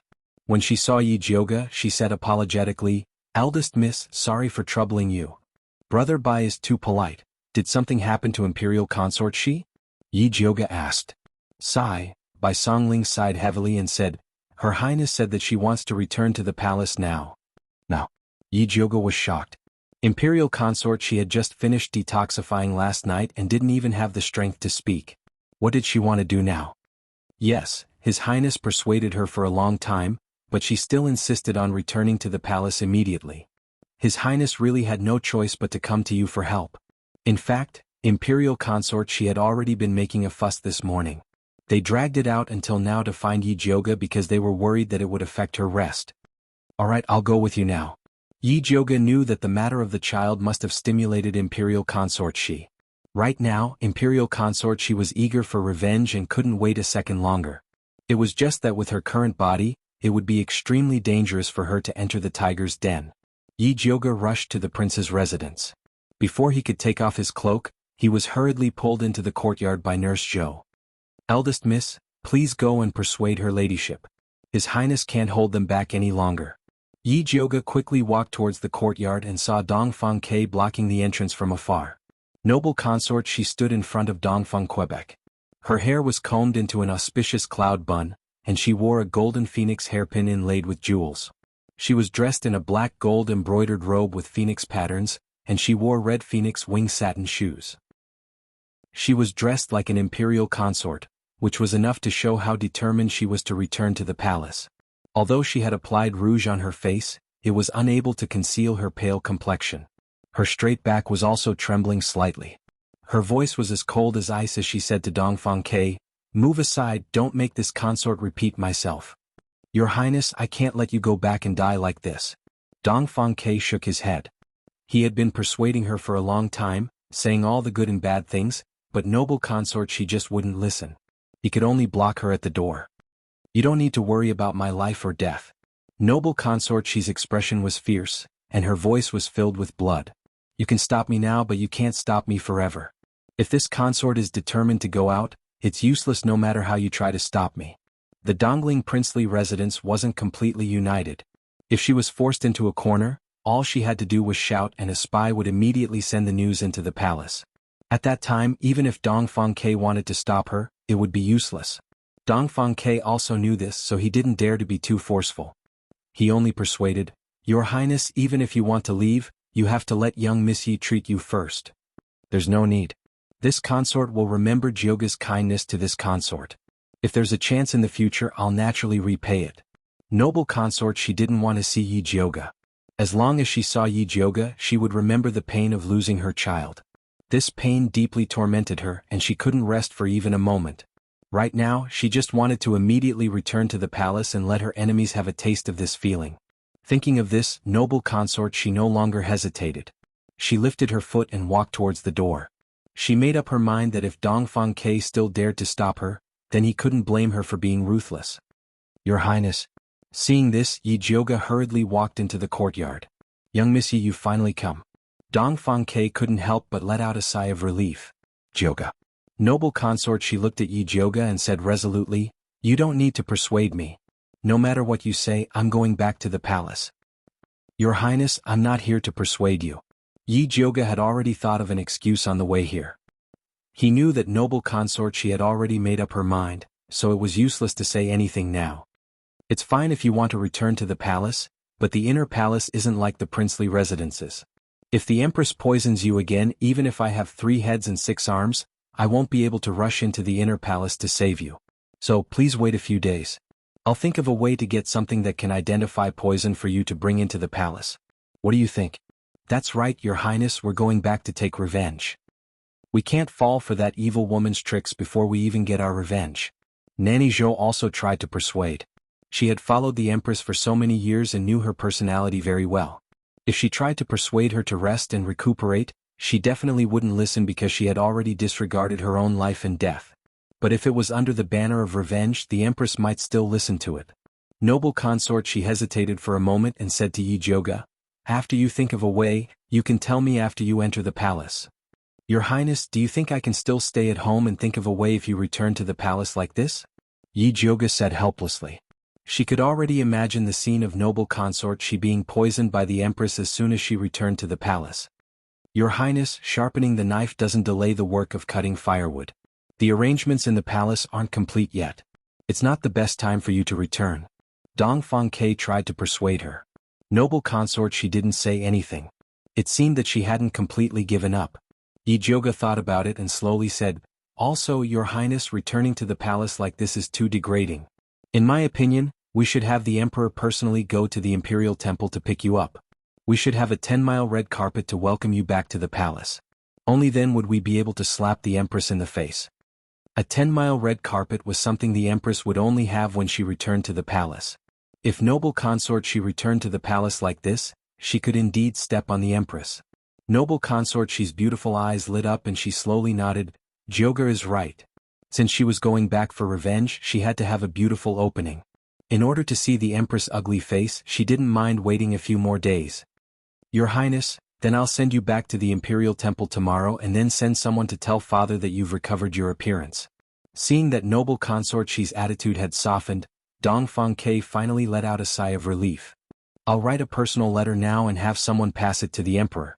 Send me back to the Imperial Temple tonight, noble consort, she said decisively. Chapter 117. All right. Dongfang Ke nodded. As long as noble consort Shi didn't immediately return to the palace, everything else could be discussed. Your Highness, since we're going back to the Imperial Temple, why don't we let First Miss take your pulse again? Nanny Zhou took the opportunity to say. Sorry for troubling Jyoga. Noble consort Shi looked at Yi Jyoga apologetically. She wasn't purposely tormenting him. It was just that she couldn't suppress the hatred in her heart and couldn't care less about anything else in her impulsive state. Your Highness is too polite. Yi Jyoga accompanied noble consort Shi back to the inner chamber and began to feel her pulse. Noble consort Shi's pulse was weak, and her internal organs had not been adjusted yet. She still needed to rest quietly. Her ladyship didn't sleep well last night, Nanny Zhou said in a low voice. Last night, noble consort Shi woke up in the middle of the night. As she cried, she recalled the symptoms of pregnancy at that time and scolded herself for being careless. After crying, she began to dress up and said that she wanted to return to the palace. It could be said that she did not sleep for the whole night. Your Highness, don't worry and take care of yourself. Yi Jyoga looked at noble consort Shi and said. If he continued like this, his body wouldn't be able to take it. Jyoga, don't listen to Nanny Zhou's nonsense. I know my body, there's nothing wrong with it. Noble consort Shi stopped. She had endured so much suffering in the past, so a night without sleep was nothing to her. No matter what, I need to recuperate first. Yi Jyoga knew that it was impossible for noble consort Shi to rest quietly. She picked up the pen and wrote a prescription for noble consort Shi to rest and then said seriously, Your Highness, don't blame me for speaking harshly. Food and sex are human nature. When you go back to the palace, you have to rely on this face to win over the Emperor. If you don't sleep well at night, you will easily become old and ugly. Hearing this, Imperial consort Shi couldn't help but touch her face. She immediately nodded and said, I know, I'll definitely take good care of myself. She was still waiting to meet the Empress and see her regretful face. Don't worry, Miss Yi. I will make sure her ladyship takes it on time. Nanny Zhou took the prescription and decided to make it for her ladyship as soon as she returned to the Imperial Temple tonight. Noble consort Shi still had to rush back to the Imperial Temple, so Yi Jyoga didn't say anything else and quickly took his leave. She left the courtyard and seeing that Dongfang Ke was still waiting outside, she gave him a look. Dongfang Ke tactfully brought her to the study and asked, How does eldest Miss Yi plan to help the Empress test for poison? If it's not too troublesome, can you help me get one as well? In reality, Dongfang Ke was very wary of the Emperor's strange poisons that did not have strong layers. If there was a way to prevent it, it would be for the best. I need to go back and think about it. Yi Jyoga had only thought of it perfunctorily to appease noble consort Shi. He still didn't know what to do. She had never come into contact with refining weapons before, so she had to ask Zishang when she returned. Eldest Miss, if there's anything you need, please let me know. Dongfang Ke said sincerely. Yi Jyoga saved noble consort Shi, so he really wanted to pay Yi Jyoga's consultation fee. But giving him silver was too tacky, and giving him other things was worrying that Yi Jyoga wouldn't like it. I really need a spirit fruit called the Sacred Origin Fruit right now. I wonder if your Highness can help me get it? Yi Jyoga wanted that Sacred Origin Fruit for Zishang. Miss Yi, please wait a moment. I'll check if there are any in the storeroom. Dongfang Ke called old He over. After carefully checking the storeroom's booklet, there really was the Sacred Origin Fruit that Yi Jyoga wanted. Many thanks. Yi Jyoga received the Sacred Origin Fruit and returned to Purple Forest Park. Then he started to call Zishang. After Zishang appeared, he circled around Yi Jyoga as usual. He rested his chin on her head and asked lazily, What's the matter? Yi Jyoga was already numb from being hugged by him. She didn't move and asked, Do you have a way to make a spirit tool for noble consort Shi to identify the Empress poison? What are the benefits? Zishang asked. Don't ask for benefits so easily. Talking about money hurts feelings. Do you understand? Yi Jyoga rolled her eyes. This sovereign only knows how to talk about feelings hurts money. Zishang bit Yi Jioga's small face. The little girl was still too naive to think of using psychological methods on him. Benefits, take it. Yi Jioga wiped her face in disgust and took out a box of sacred origin fruit. This sacred origin fruit was obtained by Dongfang Ke and the Bai clan from the demonic beast battlefield. He didn't know what use it had, so he kept it in the storeroom. Zishang lowered his head and saw that there were a total of 5 thumb-sized sacred origin fruits in the wooden box in Yi Jioga's hands. Although they weren't as old as the fat black mouses, they were still rare. However, the rarest thing was Yi Jioga's sincerity. She had only eaten it once, but she remembered that it was good for him. Yi Jioga saw that Zishang didn't make a move and thought that he didn't need the sacred origin fruit anymore. She was a little disappointed and asked, "Other than the sacred origin fruit, is there anything else that can recover your demonic power? Tell me, I'll help you look for it in the future." Instead of giving her body to Zishang every time, Yi Jioga would rather work hard to help Zishang collect the things he needed. "No need, this sacred origin fruit is enough." Zishang picked up the few sacred origin fruits and placed them in his mouth. The things he needed were things that Yi Jioga couldn't get with her current strength. It was already good enough that she could get a few fruits to nourish him. Then how can I refine the spirit tool that can detect poison? After eating the fruit, he should give her the answer. Refining requires a foundation. If you want to learn how to refine in a few days, you should save it. Zishang glanced at Yi Jioga. It wasn't that he looked down on Yi Jioga, but he was biting off more than he could chew. It wasn't the time for her to learn how to refine. Then other than refining, is there any other way? Yi Jioga didn't really have to refine. She was still busy concocting pills, so how could she have the time to learn how to refine? This sovereign has a way to let your imperial consort she quickly learn how to identify poison. Seeing that the sacred origin fruit was enough, Zishang gave Yi Jioga an idea. In this world, there's a kind of insect called the poison earth dragon. It's extremely sensitive to poison. As long as it sees poison, it will become scared and flee. You can try this. I'll look for it now. Yi Jioga had also heard of the poison earth dragon. Usually it would be used to concoct pills after it was dried and ground into powder, but it was rare to see it alive. Fortunately, some pharmacies would usually keep some of them, so Yi Jioga quickly got a few poison earth dragons back. The poison earth dragon looked like a newly hatched bee larva. It was white and plump, lying motionlessly in the wooden tube. Yi Jioga poured the poison earth dragon on the table, then casually took out a leprosy grass and placed it in front of it to test. This leprosy grass grew like a wheat stalk. Although it wasn't very poisonous, it was colorless and tasteless. After eating it, it would cause the limbs to be numb. It was also a commonly used herb to concoct poison pills. The poison earth dragon raised its head and looked at the leprosy grass. Then it slowly wriggled on the spot and no longer had any reaction. Yi Jioga was instantly speechless. If he wanted to rely on this thing to identify poison, he was afraid that he would need someone to keep a close eye on it at all times. Wasn't this a joke?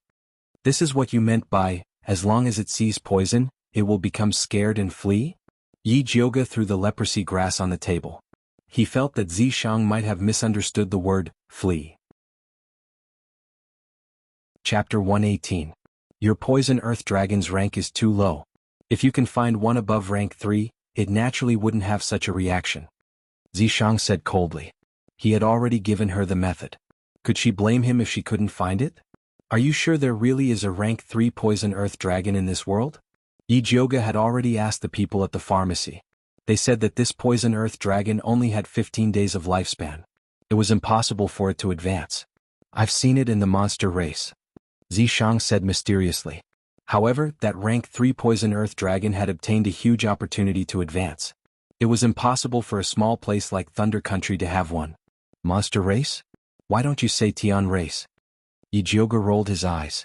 Zishang wouldn't admit that his idea wasn't reliable. He thought about it and said, actually, you can use this bug in another way. What way? Yi Jioga asked.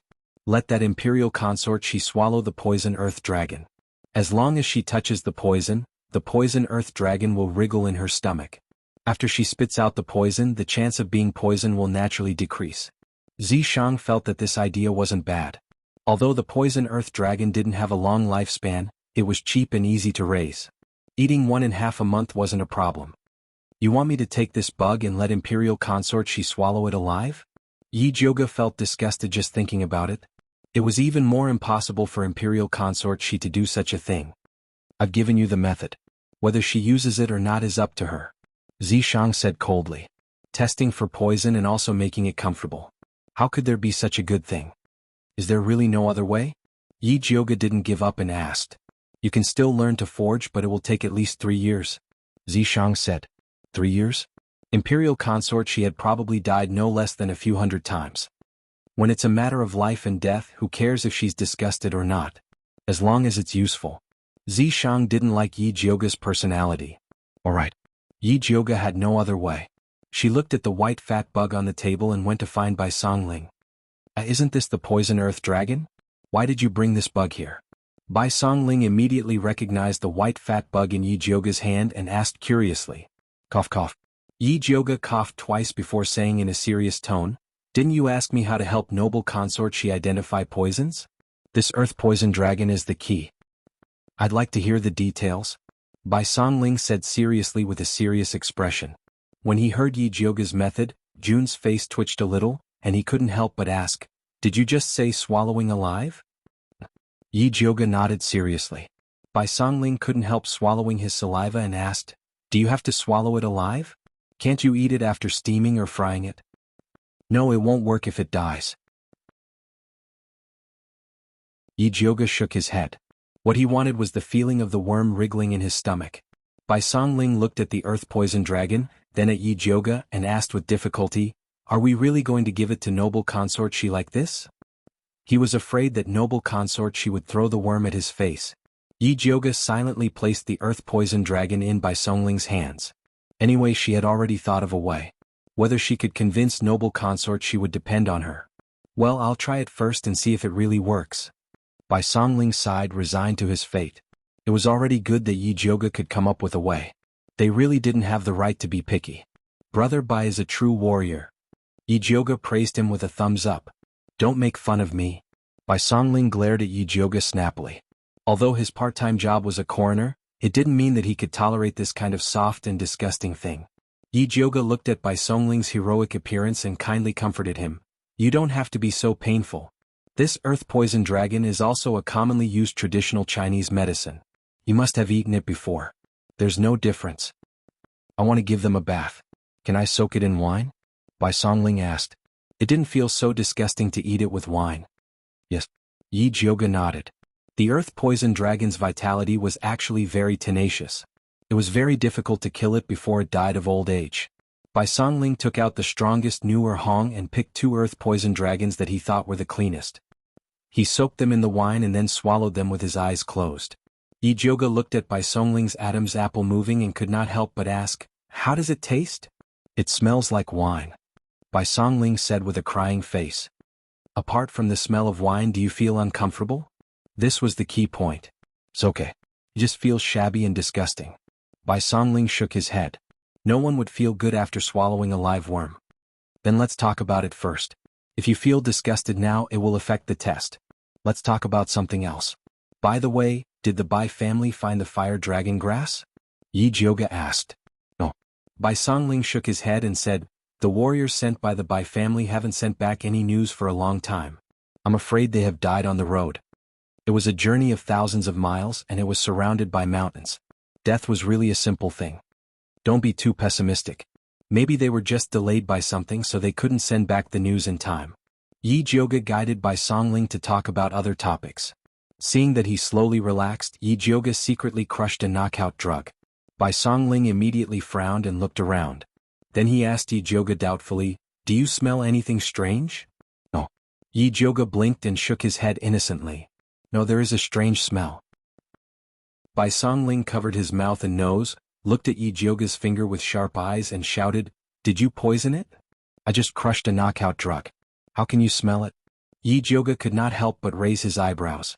She thought that Bai Songling would only notice it when the drug took effect. She did not expect it to be so fast. Stinks. After saying this, Bai Songling immediately vomited. Yi Jioga immediately moved away from Bai Songling. Seeing him vomiting pitifully, Yi Jioga did not feel sympathetic at all. Instead, she felt very satisfied. This kind of colorless and odorless knockout drug was the most difficult to detect. However, Bai Songling could immediately react, which meant that the effect of the poisonous earth dragon was very good. So she was relieved. As for how to persuade imperial concubine she to take it, Yi Jioga also had her own ideas. I think we don't need to tell the truth to Imperial Concubine Shi. We just need to put this poisonous earth dragon into an empty pill and let Imperial Concubine Shi take it. Sometimes white lies were also necessary. Good idea. Bai Songling wiped his mouth and nodded in agreement. He secretly made up his mind that this white lie must be hidden from Imperial Concubine Shi for a lifetime. Chapter 119.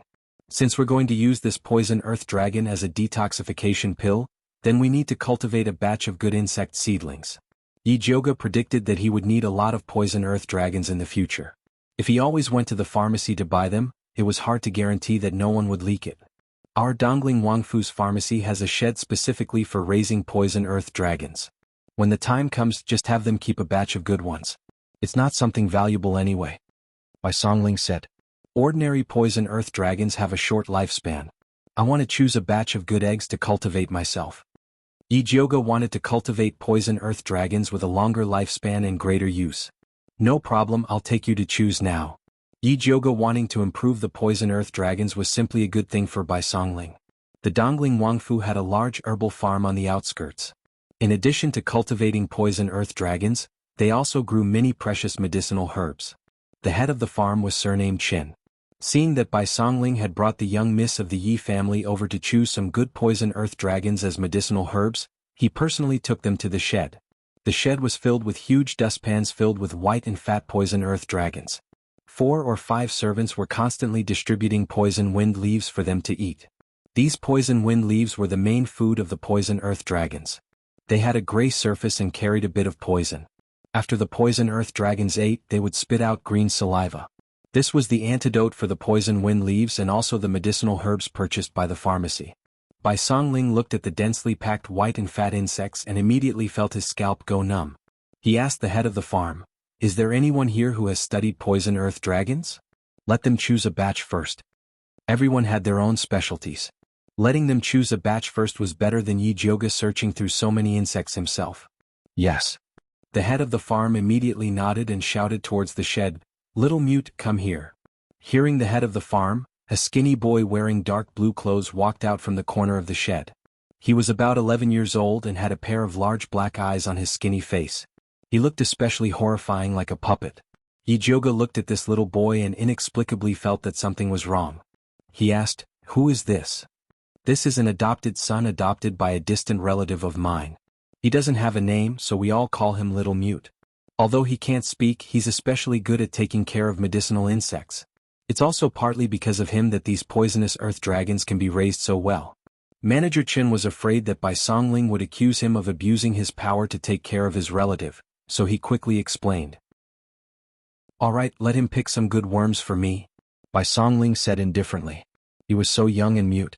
Even if he didn't have any skills, the village could still afford to raise him. After listening to Bai Songling's words, Little Mute took a dustpan and began to select the poisonous earth dragons. Soon he had picked more than 100 of them and filled the dustpan. "Enough," Yi Jioga said. She had already opened her spiritual eye to check. The poison earth dragons that Little Mute had picked up were filled with life force. They were indeed the best seedlings. Little Mute glanced at head Qin Zhuangtou. Seeing him nod, he stopped and quietly placed the dustpan in front of everyone. "This kid is interesting." Zishang's lazy voice rang in Yi Jioga's ears. "What's interesting?" Yi Jioga asked back. "You bring him back first, you'll know in the future." Zishang laughed and didn't say anything else. Yi Jioga was already used to Zishang's way of speaking. However, anything that could attract Zishang's attention was not ordinary, and this wooden Little Mute was no exception. Yi Jioga was determined to bring this wooden Little Mute away, so he smiled and said to him, "Little Mute, I'm lacking someone to help raise the poisonous earth dragons, are you willing to help?" The wooden Little Mute was expressionless. He didn't shake his head or nod his head, as though he didn't understand what Yi Jioga was saying. Manager Qin knew that this kid was wooden, and was afraid that he would offend his master, so he hurriedly said, "This kid is a servant of our village. If young miss wants him, then just bring him away, there's no need to ask for his opinion."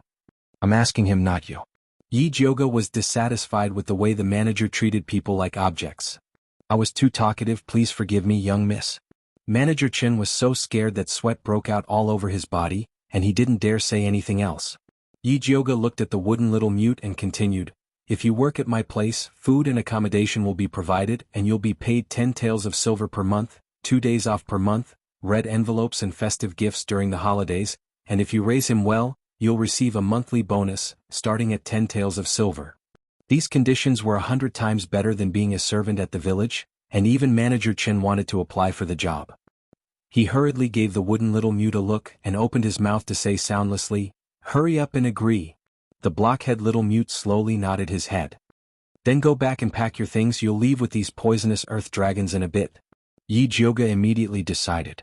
After successfully abducting the wooden little mute, Yi Jioga arranged for him to live in a small courtyard behind Wan Ziang and Bai Songling's house. This small courtyard was originally a property under the name of the Prince of Dongling residence, and now it had been transferred to Yi Jioga. "Little mute, you'll live here from now on, and someone will come over to take care of your 3 meals a day. You just need to focus on raising these poisonous earth dragons for me," Yi Jioga said to the wooden little mute. The wooden little mute still looked like a wooden person and didn't respond at all. Yi Jioga didn't mind and continued, "I specially called you over to raise poisonous earth dragons that have a longer lifespan and a stronger detoxification effect, so the method of raising them will be a bit different from before. First, these poisonous earth dragons have to be divided into 3 portions, and each portion will be fed with a different ingredient. You have to observe how they compare after they eat it." The ingredients Yi Jioga prepared were leprosy grass, red butterfly slices and oleander. They were all poisonous herbs and their grades were all higher than the poison wind grass. "Why go through so much trouble?" Zishang spoke again. "Don't worry about me, I just like trouble." Although Yi Jioga knew that Zishang definitely had a better method, he didn't have any benefits to give him, so he could only slowly explore it himself. In any case, there was no rush. "This sovereign is in a good mood today, so I'll tell you a method for free." Zishang transmitted his voice. After Yi Jioga heard this, he immediately asked suspiciously, "Will this really work?" "Whether it works or not, you'll know once you try." "Alright, it doesn't cost me to try anyway." Yi Jioga lowered his head to look at the wooden little mute, and said according to the method Zishang taught him, "If you can help me raise better poisonous earth dragons, I'm willing to exchange a spirit beast pill for it." When the wooden little mute heard Yi Jioga's words, he immediately raised his head to look at her. An indescribable light flashed in his large black eyes, making his eyes shine like obsidian, and there was an indescribable beauty to it. However, that ray of light quickly disappeared and it returned to its dark appearance. Chapter 120. "This brat doesn't believe you." Zishang's tone had a sense of gloating. "How is that possible? My sister looks like a white lotus. Everyone should believe her." Yi Jioga put on a serious face as if treating a patient with a hidden disease, and said to the little mute seriously, "I only want the advanced version of the poisonous earth dragon, I'm not interested in other things."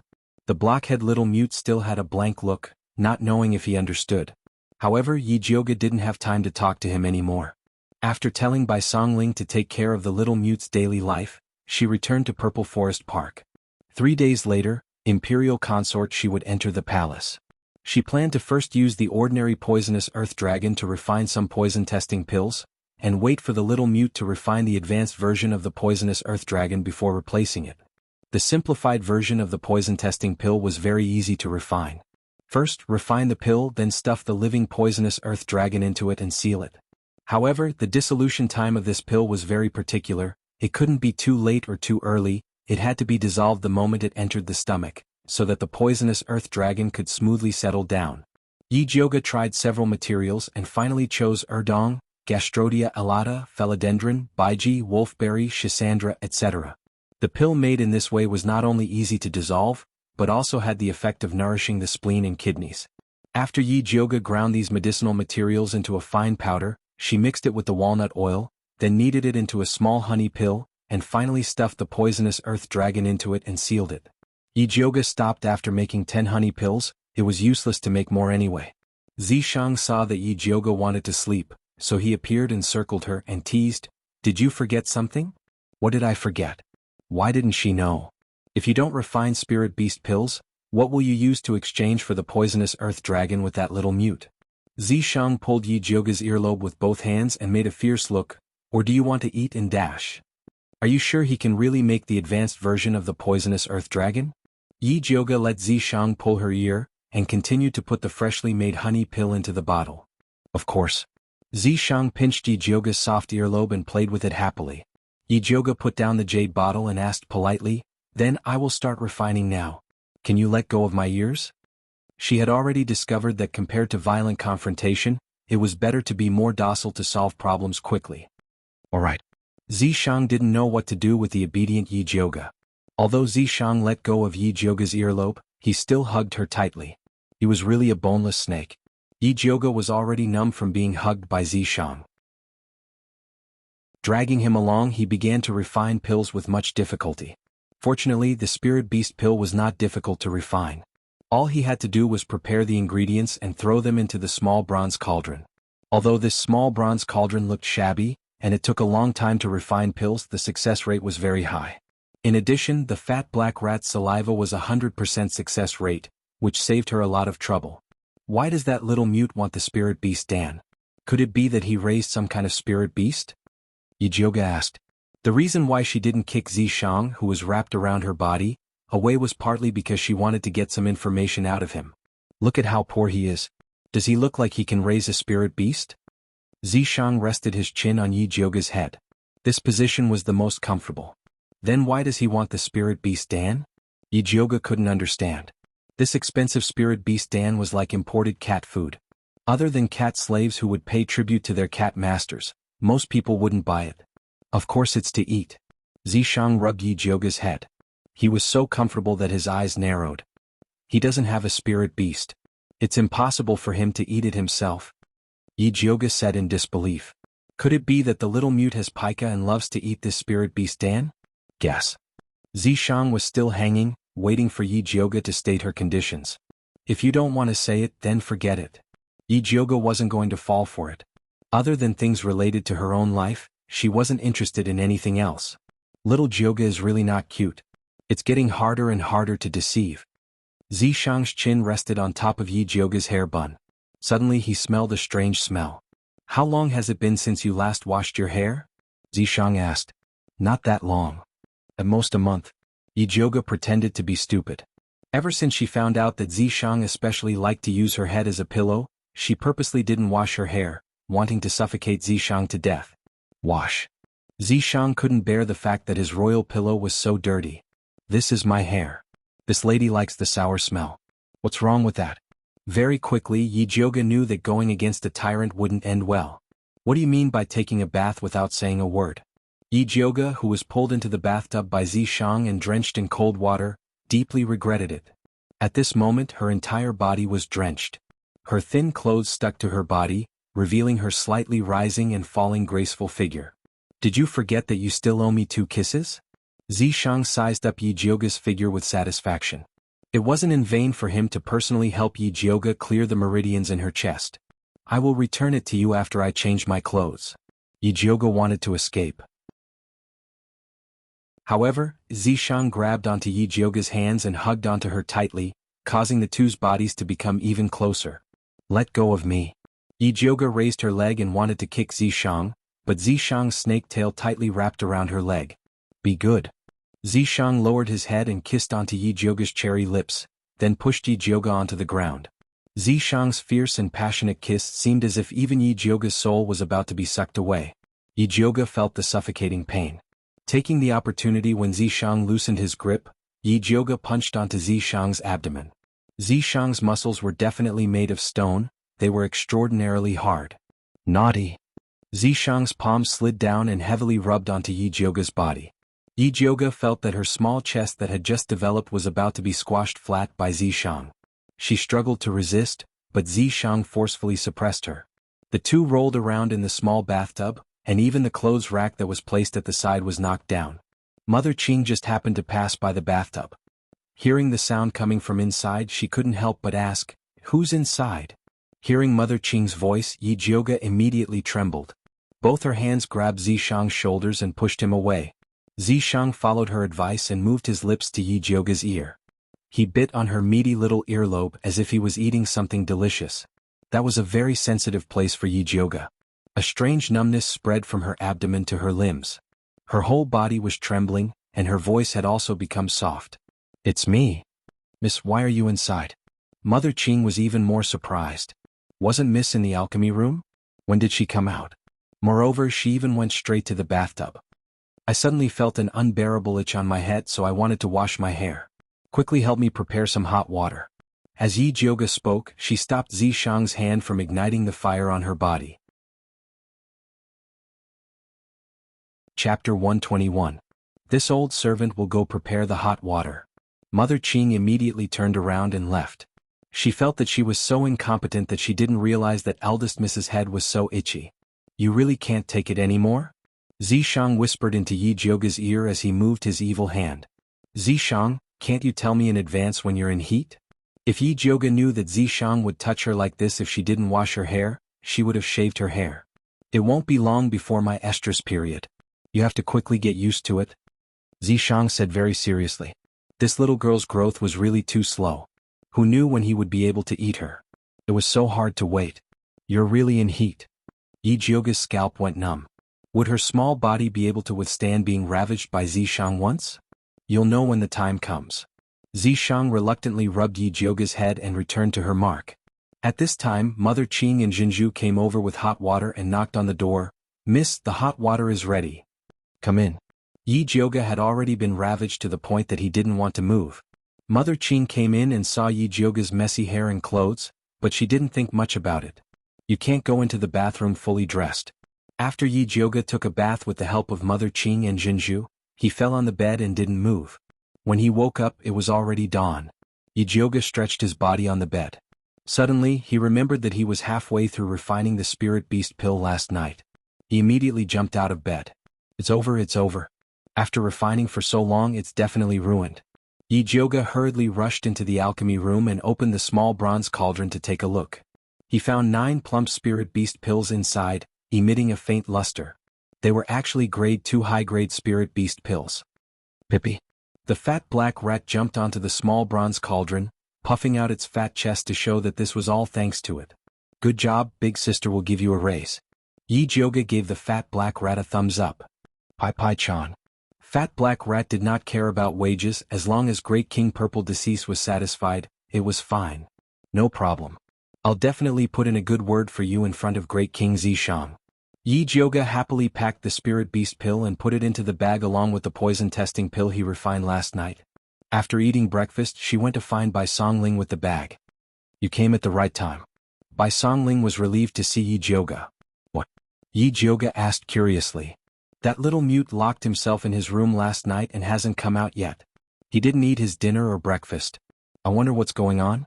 Bai Songling was worried that little mute was carrying out the secret method that Yi Jioga was teaching him, so she didn't dare to act rashly.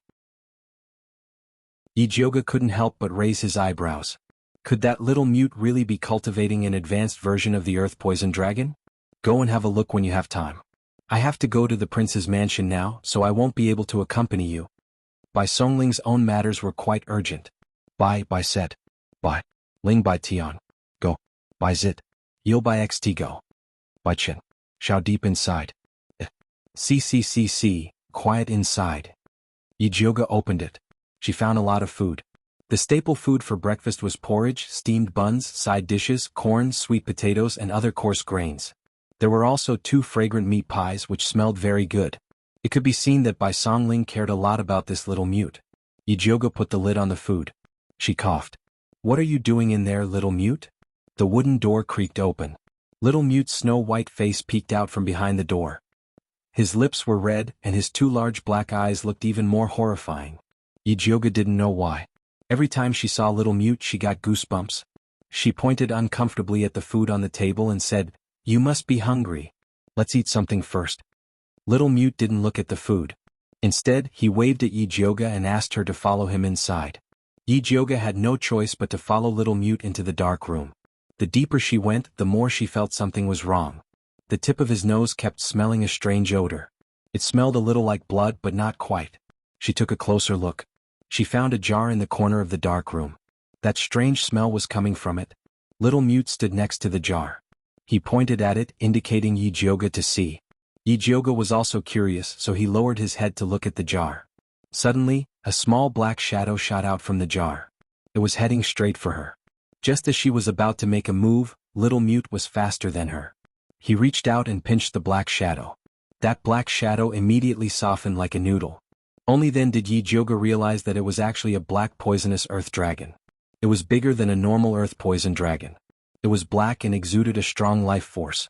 It was not an ordinary creature. But it was different from a normal earth poison dragon. Little Mute handed the black earth poison dragon to Yi Jioga. He opened his left hand. It was clear he wanted to trade with her. How did you raise this earth poison dragon? Yi Jioga took out the spiritual beast pill and handed it to him. Little Mute took the spiritual beast pill and smelled it. His eyes immediately flashed with surprise. It seemed he was very satisfied with the spiritual beast pill Yi Jioga gave him. He carefully put the pill away. He drew a circle in front of his chest to show that it was a dustpan. He then made an action of pouring the dustpan into the jar. Yi Jioga understood. You poured the dustpan's earth poison dragons into the jar and let them kill each other. In the end, there was only this one left, right? No wonder this earth poison dragon looked so strange. It turned out it was refined using this kind of cruel method. Little Mute nodded. He then turned around and left the room. He opened the mahogany food box and began to eat. Yi Jioga looked at him wolfing down the food. She couldn't help but have a question in her heart. Where did this Little Mute come from? The method he said was the same as raising Gu and Miaojiang. Only a special secret technique could do it.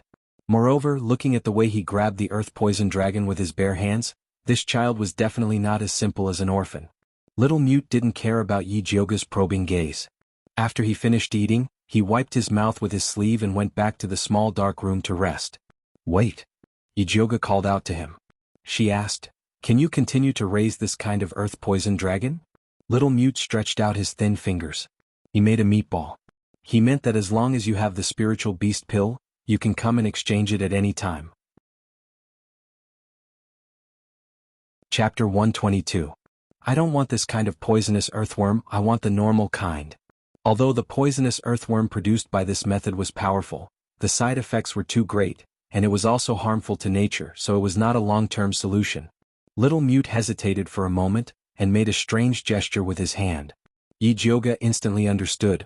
You mean that method is very slow? Little Mute nodded again. It's okay, it doesn't matter if it's slow, as long as you can cultivate a poisonous earthworm that can evolve normally, I can exchange it for 5 spirit beast pills, Yi Jioga said generously.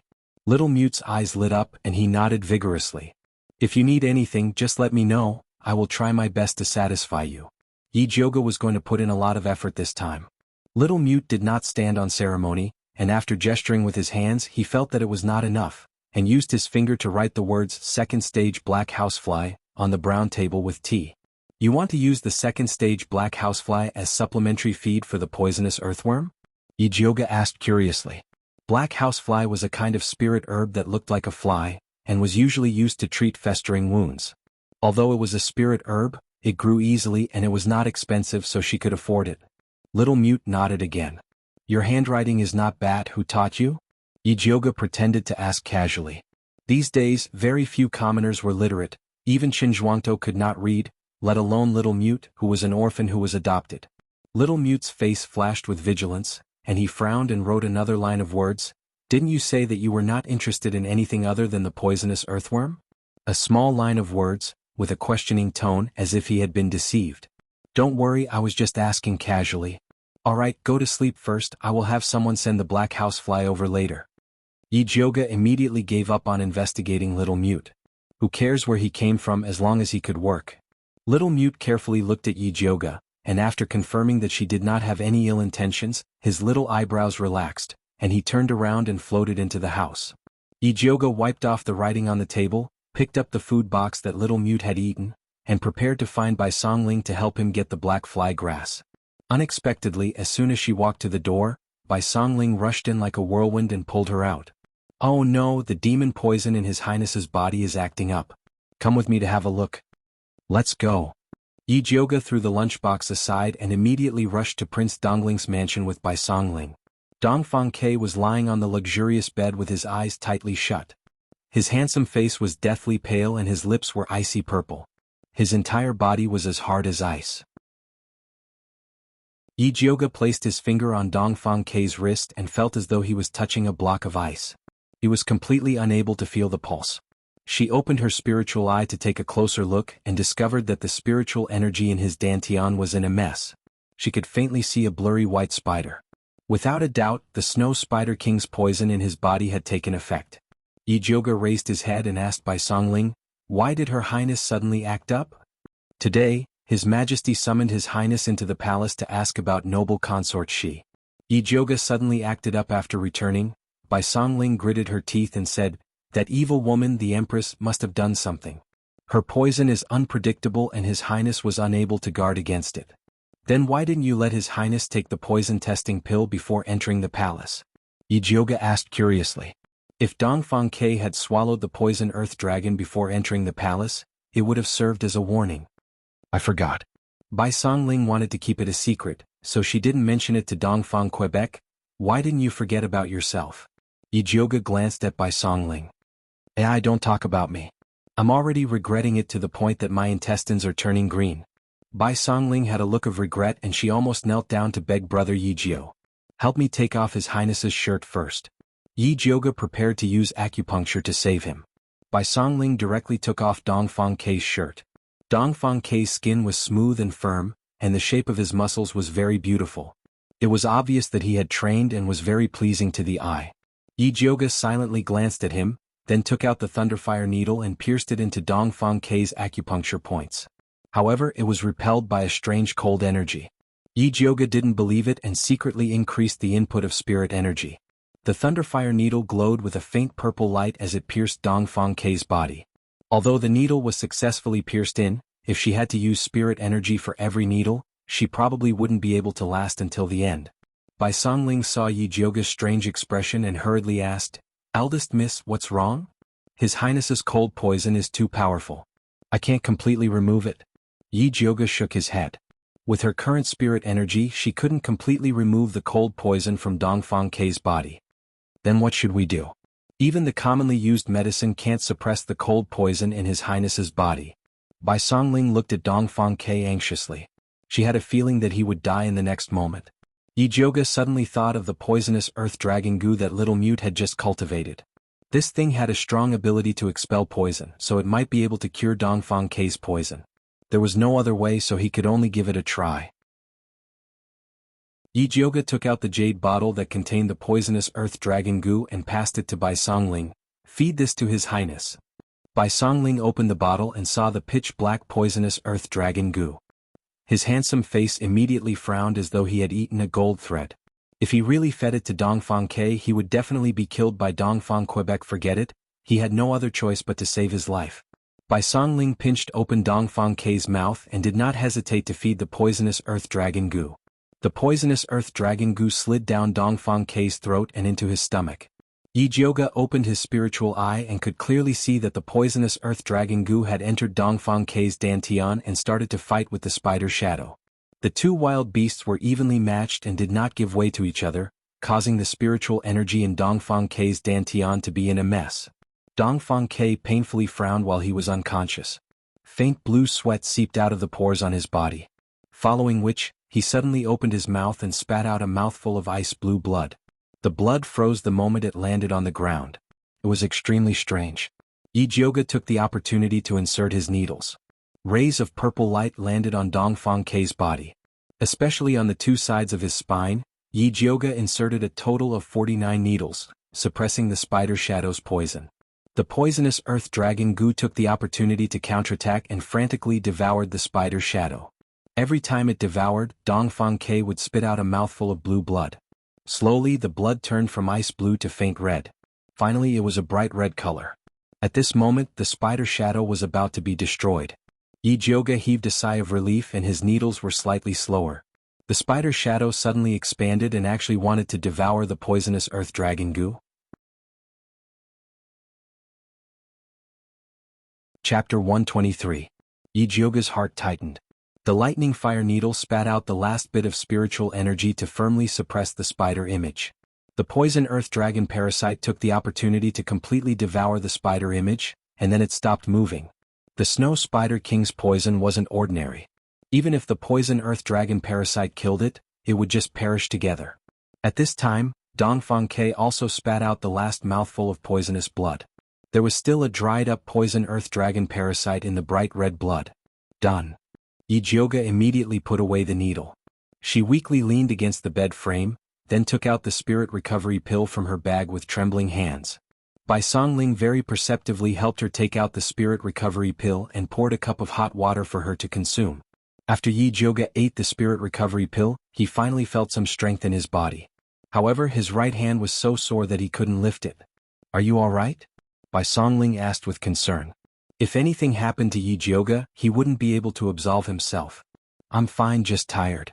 Yi Jioga swung his sore right hand. This acupuncture was even more tiring than the time with noble consort Shi. It was a huge loss. Bai Songling let out a sigh of relief, then looked down at the poison earth dragon parasite's corpse and asked, "Eldest Miss, has His Highness's poison been cured?" "For now, the remaining poison has been forced out, but to completely cure it, we still need to find fire dragon grass. Otherwise, the remaining poison will slowly corrode his spine like before, making it impossible for him to walk." The poison earth dragon parasite only cleansed Dongfang K's meridians, but it couldn't remove the root cause. Bai Songling heard Yi Jioga's words and found a very important point. "You said the remaining poison will slowly corrode his spine like before, making it impossible for him to walk. Does that mean he can stand up and walk now?" Of course. There was no poison in Dongfang K's body now. Not to mention standing up and walking, he could even run a lap around the city. "Great, this is great." Bai Songling was so excited that his face turned red. He wanted to rush up and wake Dongfang K up to tell him this good news. His Highness will wake up in the time it takes to drink a cup of tea. Find someone to help him tidy up. Yi Jioga glanced at the naked Dongfang K, who was covered in blue blood. He looked like he had been ravaged. Bai Songling only cared about taking off her clothes. She simply called the butler, "Uncle He, over." Uncle He had been waiting outside the entire time. When he heard that the poison in His Highness' body had been completely removed and that he could now stand up and walk again, he almost knelt down to thank Yi Jioga. "Then let's wait outside. Big brother Bai, come with me," Yi Jioga said to Bai Songling. "Okay." Bai Songling also wanted to ask Yi Jioga about the black poisonous earth dragon, so she brought her to the hall. Yi Jioga didn't hide it from him and told him that the poison earth dragon was cultivated by Little Mute. However, the method of cultivation was kept secret. "I didn't expect this Little Mute to be so talented." Bai Songling's eyes lit up, and he immediately made up his mind to go back and investigate where this talent came from. Yi Jioga indicated that it was not her who asked Bai Songling to investigate. However, speaking of investigation, Yi Jioga also thought of something. "How's the investigation of 7th concubine going?" "I've checked. The 7th concubine in your mansion has a normal background. There's nothing wrong with her." "Are you sure she's really a spy sent by the Empress?" Bai Songling asked. "I'm not sure." Yi Jioga was just suspicious. Recently, 7th concubine's side was very quiet. She didn't send anyone to the watering room anymore. She had secretly investigated Yuan Yang, the maid who rummaged through the garbage, and found that she just wanted to take some things from the mansion to help her sick mother. She knew nothing about 7th concubine. "By the way, are Su Yufeng and her daughter still making trouble?" Bai Songling rarely gossiped. After old Master Su fell, the two of them became well behaved. "They are around my father every day and have no time to trouble me," Yi Jioga said faintly. The Su family blamed Su Yufeng for bringing old Master Su, who had just come out of seclusion, to the Yi family to make trouble, causing trouble for them. Su Yufeng didn't have the backing of her maiden family. She could only put all her attention on the child in her belly, and Yi Yushuan. Yi Shanshan was now smart. Besides practicing alchemy every day, she went to communicate with the crown prince. Yi Mansion was unprecedentedly peaceful. Su Junqing is also very well behaved. Bai Songling said with some pity. "He needs human blood to practice the bewitching skill. He won't be well behaved for long." Yi Jioga said and thought of something. "Brother Wan and Yi Yu went to Hepu County for a long time. Did they find the evil practitioner?" She had been busy with Imperial concubine Shi's affairs during this time and didn't have time to ask this. "They have found a lot of important clues in Hepu County. It has been preliminarily confirmed that the evil practitioner is a middle-aged man. It is said that he is dressed like a scholar and looks very gentle and polite." "Is there a portrait?" Yi Jioga asked. "Wan Ziang and others are looking for a painter to copy, but the paintings are not very similar." Bai Songling shook her head. This kind of person without specific facial features and only temperament was the most difficult to copy. "It's a pity. It would be good if the portrait could be posted on the Imperial Notice." These days, people still had to rely on the Imperial Notice if they wanted to know anything. Xiang has informed all the county governments to post the imperial notice. Let the people be careful of this evil practitioner and watch their daughters well. They can't let them talk to strange men. It was said that after the imperial notice was posted, people were in a panic. Those who had daughters at home kept a close eye on them and didn't dare to let young girls go out alone. Very good. I believe it won't be long before Brother Wan and others find the whereabouts of the evil practitioner. Yijioga was very satisfied. Yes, but the most important thing now is the matter of Her Highness returning to the palace. The black poisonous earth dragon has been detoxified for Her Highness. Can you let little Mute cultivate another one?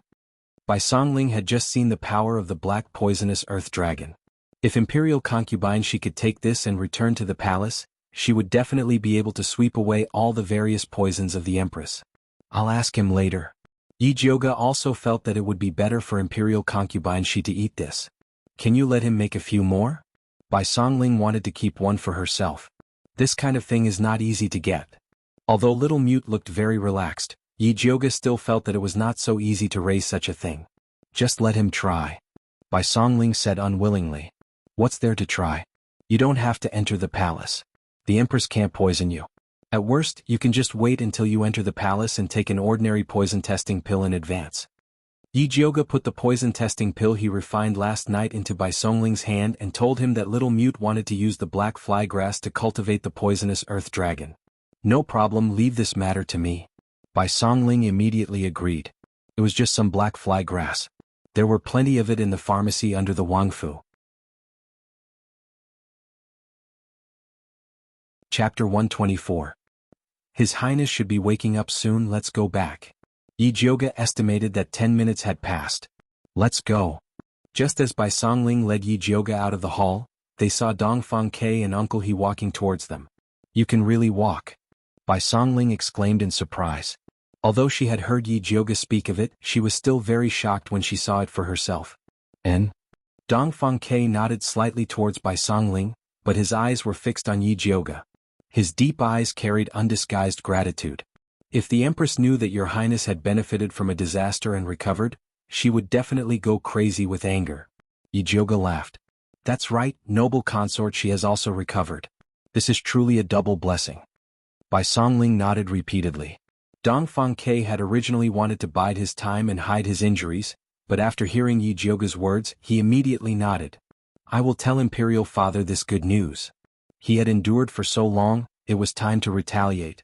Then I must quickly refine 2 more poison testing pills for you and noble consort Shi. Although the poison in Dongfang Ke's body had been cleared, eating another one could still suppress the spread of the Ice Spider King's poison. Right, hurry up. This matter cannot be delayed. Bai Songling nodded repeatedly. What poison testing pill? Dongfang Ke asked suspiciously. Yijioga and Bai Songling glanced at each other, both deciding to keep this matter a secret. As a result, Yijioga said, It's the kind of spiritual pill that I told noble consort Shi about last time that can help her detect poison. Alright, I still have things to do and will be leaving first. If you have anything else, come find me. Yijioga was afraid that Dongfang Ke would pursue the matter further and quickly ran back to the courtyard to order 2 poisonous earth dragon parasites from Little Mute. Little Mute was extremely enthusiastic about this order and immediately had Yijioga bring him back to the previous manor to choose another batch of ordinary poisonous earth dragon parasites. The next morning he gave the 2 poisonous earth dragon parasites to Yijioga and obtained 2 spiritual beast pills. Yijioga stuffed the poisonous earth dragon parasites into the pills and had Bai Songling give them to Dongfang Ke and noble consort Shi. In a single night, the news of Dongfang Ke's recovery spread throughout Shangjing, and the imperial harem was no exception. Within the Fengyi Palace, the main hall was brightly lit. However, the eunuchs and palace maids were not present. Only a black-clothed and masked man was kneeling in the center of the main hall. The Empress sat on the phoenix throne with a frosty expression on her face. She stared coldly at her secret guard and asked, How did that bastard Dongfang Ke suddenly walk? I'm still investigating, but I haven't found out who cured him yet, the dark guard quickly replied. Then continue to investigate, the queen said calmly. Actually, she was not very concerned about Dongfang Ke's situation. So what if he could walk? The Snow Spider King's poison was not that easy to cure. She was more concerned about another question. You said that the bitch imperial consort She has recovered her appearance, and the emperor is going to the imperial temple to take her back to the palace? Yes, the emperor has scheduled to go to the imperial temple to offer incense in person tomorrow and bring imperial consort Shi back. The secret guard nodded. That bitch can actually recover her appearance. A ferocious expression flashed across the empress' usually dignified face. Even the fine lines at the corner of her eyes appeared. She didn't kill imperial consort Shi back then because she wanted to see how long the emperor could pamper imperial consort Shi's disgusting rotten face. She didn't expect imperial consort Shi to be so decisive and leave the palace before her face rotted. From then on she avoided Xianwu emperor. It had been 16 years. She thought that imperial consort Shi was hiding in the imperial temple to wait for death. She didn't expect that she would come back one day. Your Highness, what should we do now? The secret guard asked carefully. The emperor's matter was very well hidden. They didn't get the news in advance. It was too late to ruin it now. If she wants to return to the palace, then let her. I want to see how long she can be so arrogant. The empress clenched her fists, her red nails digging deep into her flesh. She could defeat imperial consort Shi once, so she could defeat her a second time. Since that bitch wanted to come back to die, then she would fulfill her wish. But this time she definitely wouldn't let that bitch live. The secret guard didn't dare to reply and continued to quietly kneel in place, waiting for the empress's next order. The empress quickly regained her normal expression and asked the secret guard, "Is there still no news of Nurse Su?" "No." The secret guard shook his head. The empress frowned. Ever since Nurse Su went out of the palace to kill Yi Jioge, there was no news of her. On the contrary, Yi Jioge recovered his appearance in the demon beast forest, returned home in style, and even hooked up with the Gong family. The empress suspected that the Gong family had secretly helped Yi Jioge get rid of Nurse Su, so she didn't dare to act rashly. When did Su Hansen say he will enter the capital? The empress asked again. Su Hansen was Nurse Su's Shixiang. This revenge could only be taken by him to the Gong family. Anyway, she didn't want to intervene. Su Darren said he hasn't played enough yet. He still wants to wait a few more days. The secret guard hesitated for a moment before continuing. This subordinate saw Su Darren in Hepu County. He killed several more women. This subordinate burned the station to stop the letter sent to the Ministry of Justice. These brainless lunatics. The empress hated those evil cultivators the most. They didn't know how to wipe their mouth after eating. Although the people they killed were all lowly people like ants, it would still be difficult to clean up the mess if the news spread. Nevertheless, no matter how angry she was, she still had to clean up the mess. Bring 2 more people to Hepu County and tell him about Nurse Su's death. Tell him to go to the capital immediately. The empress ordered coldly. Yes. The secret guard nodded and immediately rushed to Hepu County after leaving the palace. It was late at night in Hepu County. In an uninhabited remote house, the trees in the yard were withered and emitting a moldy smell. Yiyu stood in the shadow against the wall. He tried his best to relax his body and let his spiritual power flow smoothly. During this period, he and Wan Ziang had been tracking down the evil cultivator and finally found where he stayed. Today they were going to set a trap to catch him. Because the evil cultivator was very sensitive to spiritual power, Wan Ziang was hiding 2 streets away. The strategy that he discussed with Wan Ziang was to try their best to keep the evil cultivator occupied and wait for him to come to support. Although the evil cultivator was slightly stronger than Nurse Su, ever since Yiyu cultivated the technique given by Yi Jioge, his hiding ability had greatly improved. Especially after refining the yin qi that was unique to evil cultivators, he could even become one with the shadows. He was confident that he would not be discovered in advance by the evil cultivator, who was an advanced spiritualist. Just as Yiyu was constantly adjusting his state. A green figure flipped over the wall of the house and quietly landed in the courtyard. Chapter 125. Yiyu squinted his eyes and saw a man in a cyan robe. He had a pale face and no beard. He looked like a scholar and he walked into the room with a black cloth bag. Without lighting up the lamp, the man poured the contents of the bag onto the bed. It was a 12-year-old girl. The little girl was chubby and her skin was fair and tender. She was wearing a pink jacket with a small golden lock on it. It was obvious that she was from a rich family. Humph, you stupid mortals. Do you think you can stop me from cultivating by posting the imperial list? That's ridiculous. The man sneered. His fair and gentle face became very distorted in the moonlight, and his eyes were glowing with a faint red light. He roughly tore the little girl's clothes apart and lowered his head to bite her neck. At this time, a cold light full of killing intent suddenly attacked him from behind. The man was shocked and instinctively mobilized his spiritual power to protect himself. Unfortunately, it was too late. The fierce attack pierced through his back before his protective spiritual light appeared, and blood splashed out. The man suddenly turned around and waved his palm at the attacker, but he found that there was nothing behind him.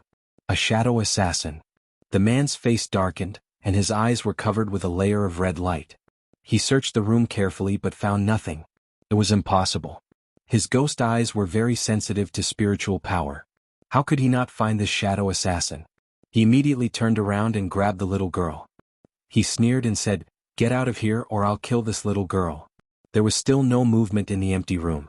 The man reached out his hand and grabbed the little girl's slender neck.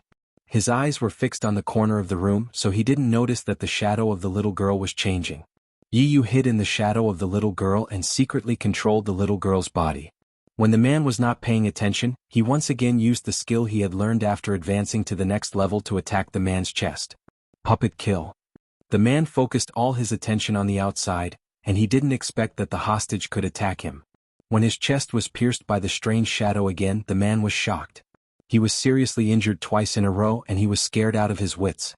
The scariest thing was that he still hadn't discovered where the enemy was. In his panic, he did not dare to stay any longer. He threw the little girl aside and ran away. Yi Yu staggered out of the shadows. His face was as white as a ghost.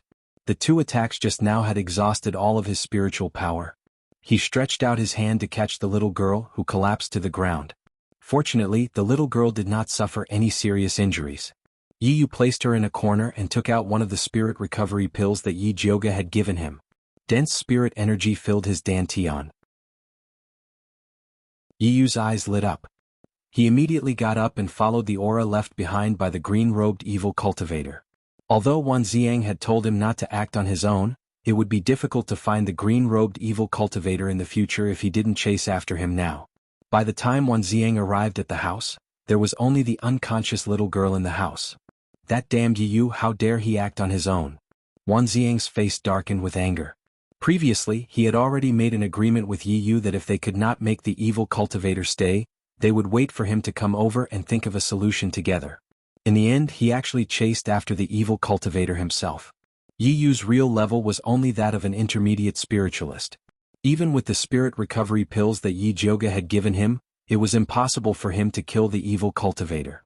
Wan Ziang looked around carefully, but he could not tell which direction Yi Yu had gone. He could only send the little girl back to the yamen first. At this moment, two strange auras suddenly came from outside the house. Wan Ziang jumped onto the beam with the little girl and hid himself. He saw two men in black climbing over the wall of the courtyard and respectfully reporting to the house. "Sir Su, wet nurse Su is missing. The Empress invites you to the capital as soon as possible to discuss an important matter." "Sir Su? So the evil cultivator's surname is Su. He is indeed with the Empress." Wan Ziang squinted his eyes. After putting the little girl on the beam, he mobilized his spiritual power and was ready to attack. The two men in black were wondering why Sir Su did not respond. When they were about to enter the house to check on the situation, they saw two red lights flying out of the house and hit their acupuncture points. Wan Ziang jumped out of the house, only to find that the two men in black saw that the situation was not good, and had already killed themselves with the poison in their teeth. The Empress is indeed ruthless. Wan Ziang carefully examined the two men in black. Although he didn't find any clues on them. But from what they said just now, he could infer that the evil cultivator's surname Su must have gone to Shangjing. After Wan Ziang hurriedly sent the little girl to the yamen, he immediately rushed to the capital to find Yi Jioga. At this moment, Yi Jioga was in the Violet Forest Park concocting a bone-nourishing pill for Yi Rui. During this period of time, the little lass's body was growing and she often felt that her bones were aching. Yi Jioga planned to refine some bone-nourishing pills for her. He didn't expect to receive an urgent message from Wan Ziang right after he finished refining the elixir, saying that Yi Yu had disappeared. Yi Jioga didn't even have time to change his clothes and hurriedly went to the Yu Wu tea house. He saw Wan Ziang sitting on a chair. He was travel-worn, his face was full of fatigue and there were dark circles under his eyes. It seemed that he had just rushed over from Hepu County. Bai Songling, who was sitting next to him, also looked solemn. "Why is Yi Yu missing?" Yi Jioga sat down and asked. "After we found the evil cultivator's place, we agreed to deal with him together. I didn't expect that Yi Yu would chase after him without permission." Wan Ziang frowned. Could he have been taken away by the evil cultivator? Yijioga was most worried about this. No, there was only the evil cultivator's blood in the house, not Yi Yu's. Yi Yu must have used the secret skill on the evil cultivator twice, then ate the spirit recovery pill and forced himself to chase after him.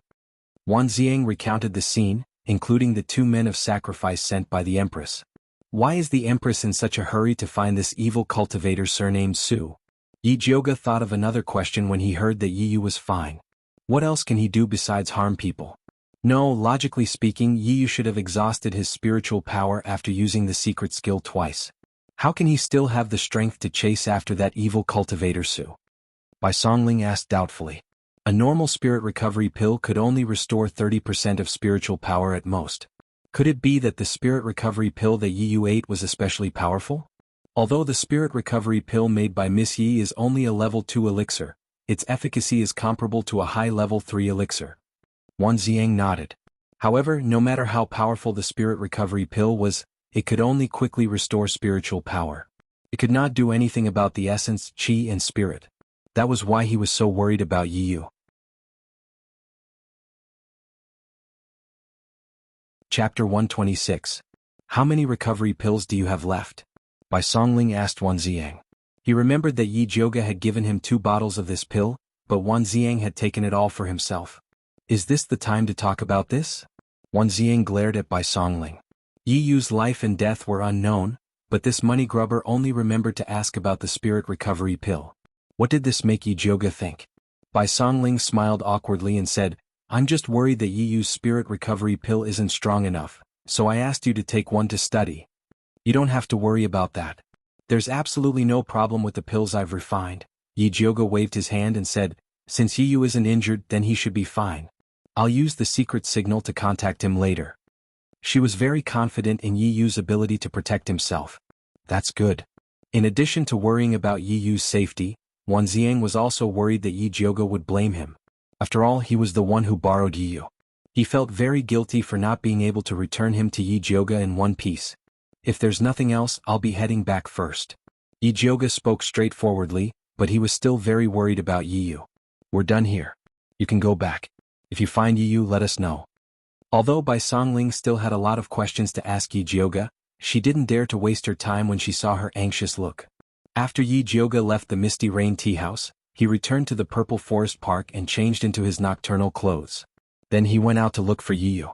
According to Wan Ziang, the evil cultivator with the surname Su should have escaped back to Shangjing and was likely to find the Empress. Yijioga searched around the palace but did not find the Yi family's secret signal. Finally, he found a clue at the city gate. Following the signal that Yi Yu left behind, she finally arrived near the entrance of the Su family mansion. Why did Yi Yu come here? Was he chasing after the evil cultivator with the surname Su, or did he come to find Su Junqing? Yijioga looked up and saw red lanterns hanging in the Su family mansion. The bright candlelight illuminated the entrance very brightly. Although it was already dark, there were still many carriages parked in front of the gate. They were all here to visit Old Master Su. Although Old Master Su fell into a coma after coming out of seclusion, his spirit master cultivation was still there. Those who wanted to suck up to the Su clan still came in an endless stream. There were people who gave him elixirs, folk prescriptions and wandering doctors. In short, there was everything. She hadn't visited him since he fainted for so long. Yijioga turned invisible and nimbly jumped over the wall to enter the Su family's residence. She glanced around and found that the small building in the middle was the brightest. There were many servants going in and out. It should be the residence of an important person, so she quietly walked towards it. Yijioga's guess was right. This was Old Master Su's residence. At this moment, Old Master Su was lying on the bed with his eyes closed. His complexion looked good and he looked like he was in deep sleep. The members of the Su family surrounded great-grandfather Su's bed and served him personally, showing their filial piety. Su Junqing was also at the side, and his handsome face was full of worry. Yi shi shi yu tian. Sheng for him. Yi chiu for Yi. Su yi, xiao yi song su su to you. What? Do you feel sorry for him? Zishang asked. Why would I feel sorry for him? Yijioga wanted the old man to die. Then why are you asking? Zishang didn't understand. Yijioga didn't appreciate his help. I'm worried that you'll be exposed. Yijioga rolled her eyes.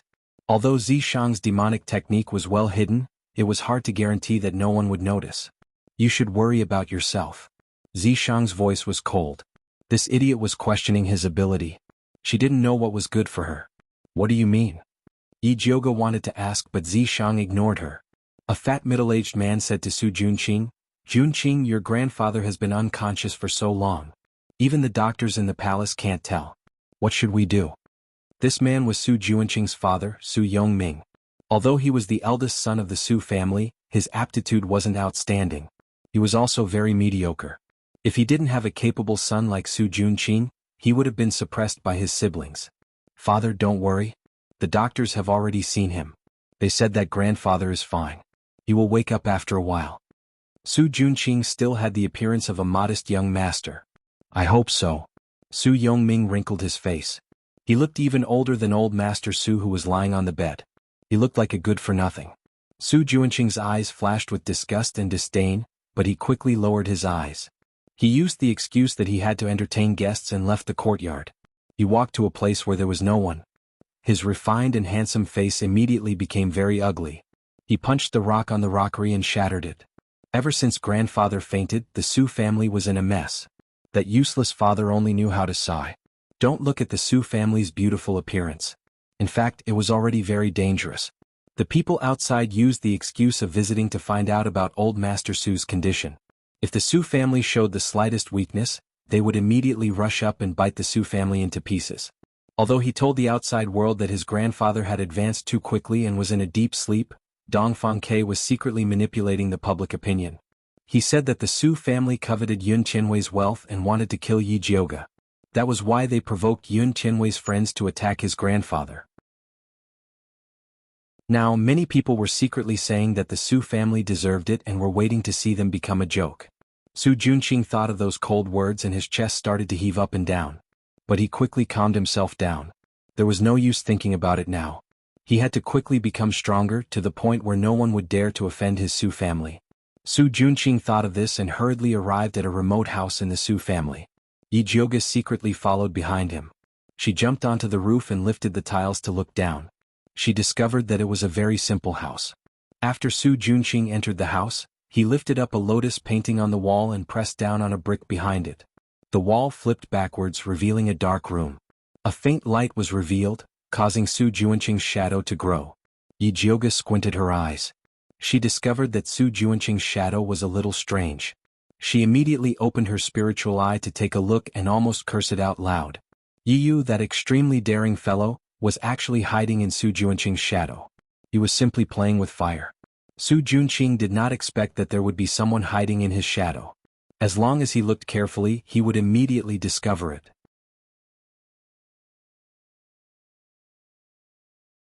Chapter 127. At this moment, Su Junqing didn't notice anything unusual and stepped into the secret room. Yi Yu hid in his shadow and followed him in. Yi Jiuge looked at the closed secret door and her heart jumped to her throat. That evil practitioner was probably in the secret room. If Su Junqing talked to him about the process of getting injured, he might guess Yi Yu's special ability and Yi Yu would be in danger. But if she barged in now, she might miss some secret. She swayed left and right and couldn't decide what to do. Forget it, she would give Yi Yu the time it takes for a joss stick to burn. That was also the longest time Yi Yu could stay invisible. If Yi Yu didn't come out by then, she would think of a way to barge in and save him. But it wasn't wise to fight Su Junqing head-on now, she had to use some tricks. Yi Jiuge sneaked into old Master Su's courtyard to make some arrangements before returning to that room. The 30 minutes was getting closer and closer. Yi Jiuge was considering whether to go in and save him now when the door of the secret room opened. Su Junqing walked out with a faint smell of blood. Yi Yu was still in his shadow, but it didn't look good. Yi Jiuge could feel that Yi Yu's invisibility ability was about to disappear and he was in danger of being discovered at any time. Su Junqing seemed to have noticed something and his footsteps started to slow down. Although there was no expression on his face, his eyes showed that he was in a state of alertness. At this moment, there was a sudden commotion in the Su family. Fire, fire. Following that, a pillar of fire shot into the sky from old Master Su's residence. It looked especially terrifying. Su Junqing's expression changed and immediately rushed towards old Master Su's residence, fearing that the last life-saving charm of the Su family would be harmed.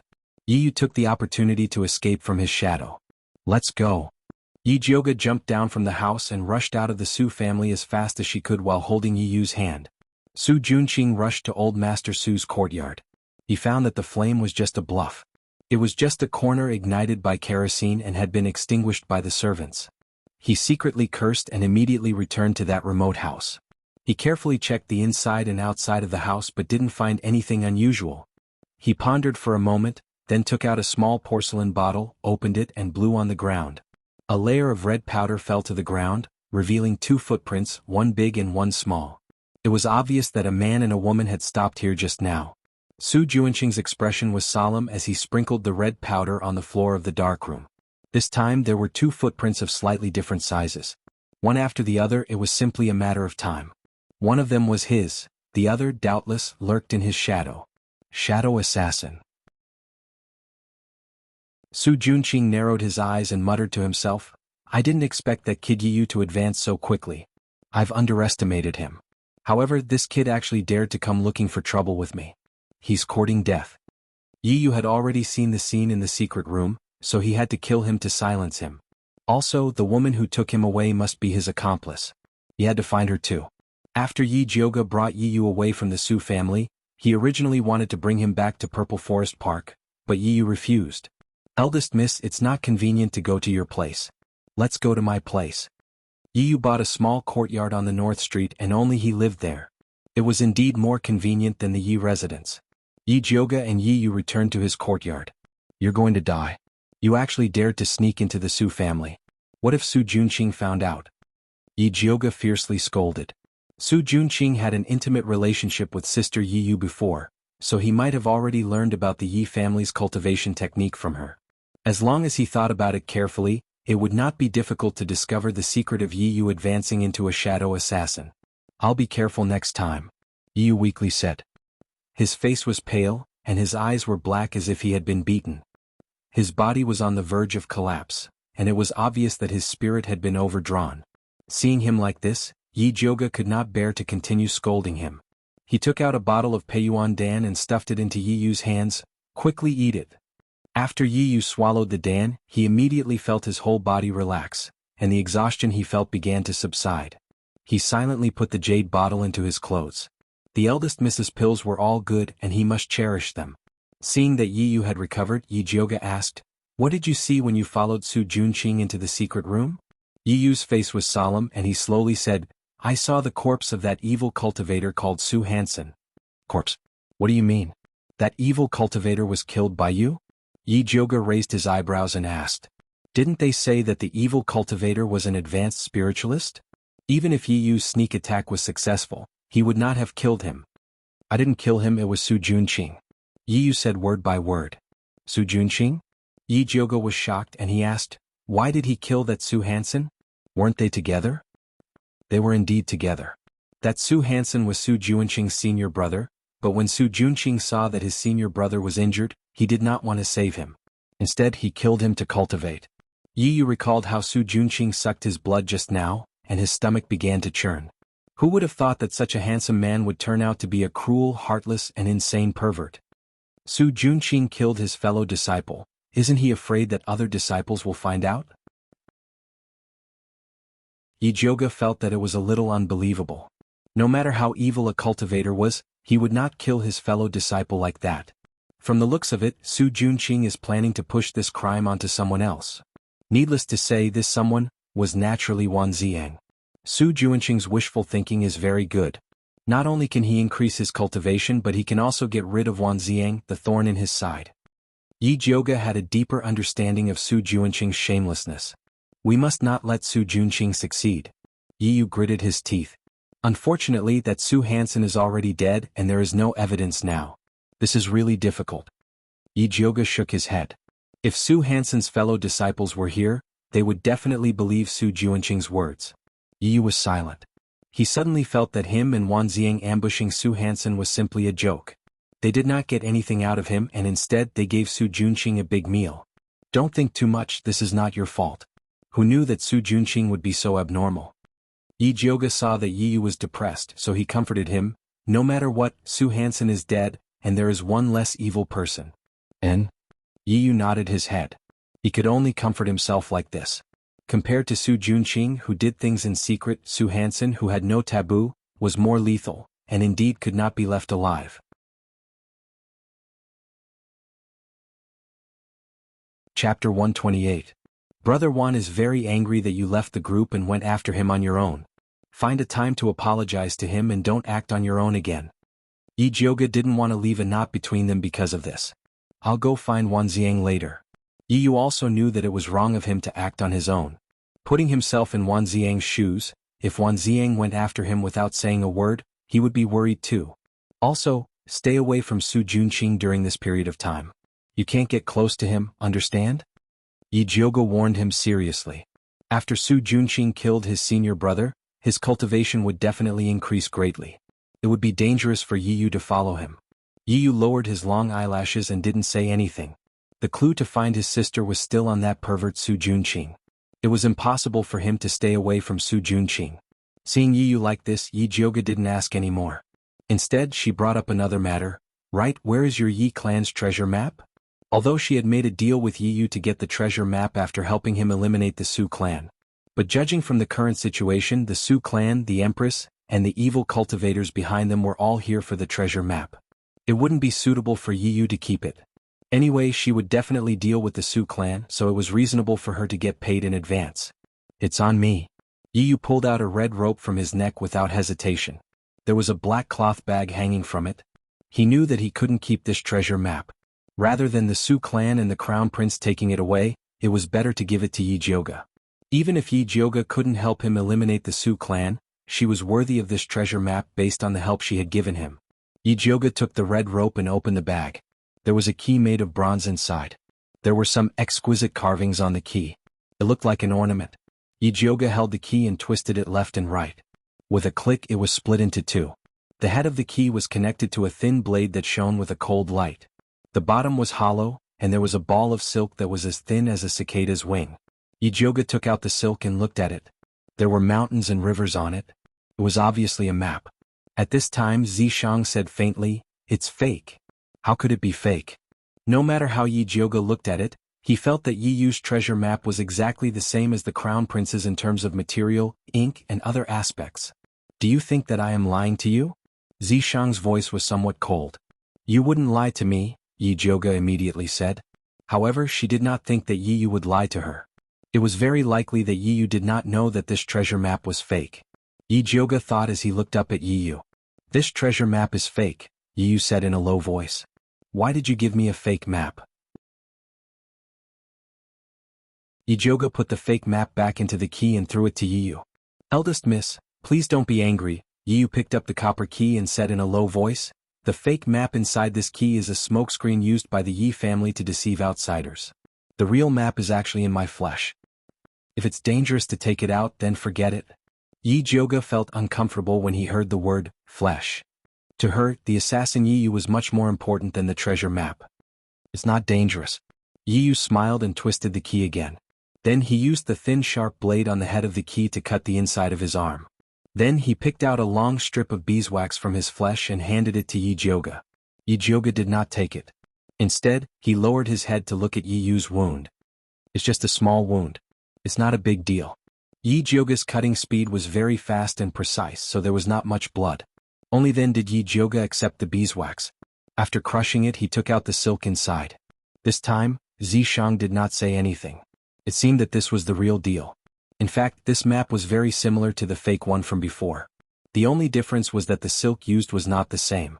The fake map was slightly darker in color, but it was hard to tell if they were not placed side by side. Actually, our Yi family has a total of 2 copies of the treasure map. One is with me and the other is with my sister. Only by using the cold copper plate on this key can we pick out the beeswax. Using any other method will cause the beeswax to dissolve and destroy the treasure map, Yi Yu said. This was what his father told him on the night of the family's extermination. Before this, the two of them did not know that the family's treasure map was hidden in their flesh. If Su Junqing knew that the treasure map he yearned for was with Yi Yunji, I wonder if he would regret sending her away. Yi Jioga could not help but reveal a sarcastic smile.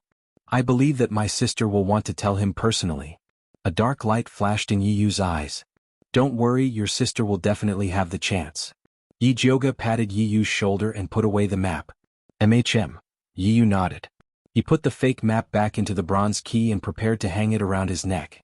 At this time Yi Jioga suddenly reached out and took the fake map. He said, "Wait a minute, I have a good idea." "What good idea?" Yi Yu asked. "Later, bring this fake map to Wan Ziang and tell him that it was taken from the heretic cultivator Su Hansen. Then have him offer it to the emperor." Yi Jioga moved closer to Yi Yu's ear and instructed. Yi Yu's eyes immediately lit up when he heard Yi Jioga's words.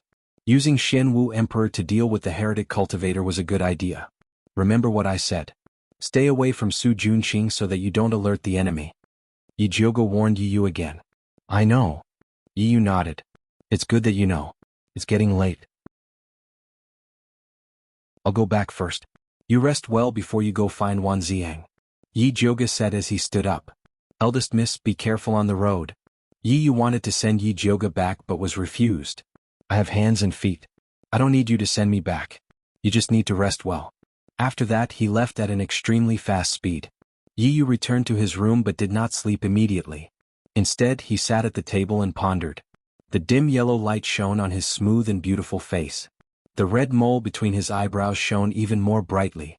In fact, he had heard some things about Su Junqing and Su Hansen in the secret room.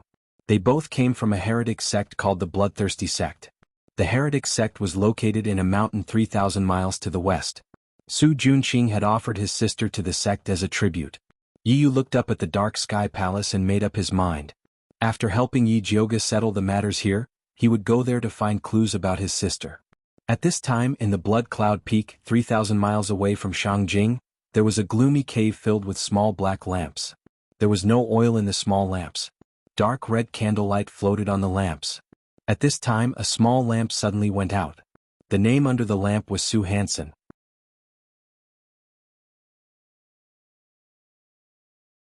Chapter 129. Motherf *Ker, even old Su died. A short man's expression changed when he saw Su Hansen's extinguished soul lamp. He immediately carried the soul lamp through one dark tunnel after another until he arrived at the door of a large cave. There were 2 guards at the door. When they saw him rush over, they smiled and said, "Skinny monkey, why are you in such a rush?" "Not good, old Su's soul lamp extinguished," Skinny monkey said anxiously. The 2 guards glanced at each other, their expressions somewhat solemn. One of the guards said to Skinny Monkey, "Wait here, I'll go in and report to the ancestor." "Okay." Skinny Monkey obediently waited where he was. A moment later the guard came out and let Skinny Monkey in. Skinny Monkey tidied up his clothes and walked into the ancestor's cave with the soul lamp. The cave was extremely luxurious. There was a red carpet on the floor and it was filled with good wine and delicacies. Night pearls hung from the ceiling. There was a large, soft couch at the top, and a beautiful woman wearing a red veil was lying on it. A skinny old man was lying on top of her, burying his head in the woman's neck and greedily sucking her blood. Skinny Monkey smelled the blood with spirit energy and couldn't help but gulp. He raised his head and peeked at the veiled woman. Her skin was as white as jade, and her facial features were exquisite. Her long eyelashes were like little fans, and there was a red beauty mark between her eyebrows. After the black-clothed old man sucked enough blood, he got up from the woman and looked at Skinny Monkey. His face was skinny like a dried corpse and his eyes were sunken in. There was an indescribable ruthlessness to him, and his body gave off a thick smell of blood. This old man was called Bloodthirsty Ancestor. He was a high-level spirit master and was only 1 step away from becoming a great spirit master. He was the most terrifying existence in this mountain. He used the bewitching art and blood spirit art to create Bloodthirsty Sect. He took in many disciples and taught them evil techniques. He had them go find women with spirit roots to be his blood slaves. The veiled woman pulled up her clothes and obediently knelt by the old man's feet. Her head was still on his thigh, and she looked like a cute Persian cat. The old man stroked the woman's soft hair in satisfaction. He looked up at the Skinny Monkey and asked, "What's the matter?" "Old ancestor, Su Hansen's soul lamp has been extinguished." Skinny Monkey stepped forward and respectfully placed the soul lamp on the table in front of the old ancestor. Forefather Bloodthirsty picked up the soul lamp and glanced at it. His wizened face beamed a sinister smile as he said coldly, "Shangjing is really a place with crouching tigers and hidden dragons. 2 of my disciples died." Bloodthirsty's forefather put down the soul lamp and asked, "What did Su Junqing say?" Ancestor Su Junqing has sent a letter saying that a few spiritualists from the Ministry of Justice have discovered that he is collecting young girls. They have been pestering him and saying that Yun Qianwei's granddaughter Yi Jioga is always opposing him. Thus, he wants to ask Ancestor to send a few disciples with high cultivation to support him. The thin monkey-like person respectfully said. He can't even deal with a few spiritualists. Su Junqing is really trash. Bloodthirsty's forefather sneered. Ancestor is right. However, Su Junqing is cultivating alone and can't receive guidance from Ancestor, so his cultivation is naturally lacking.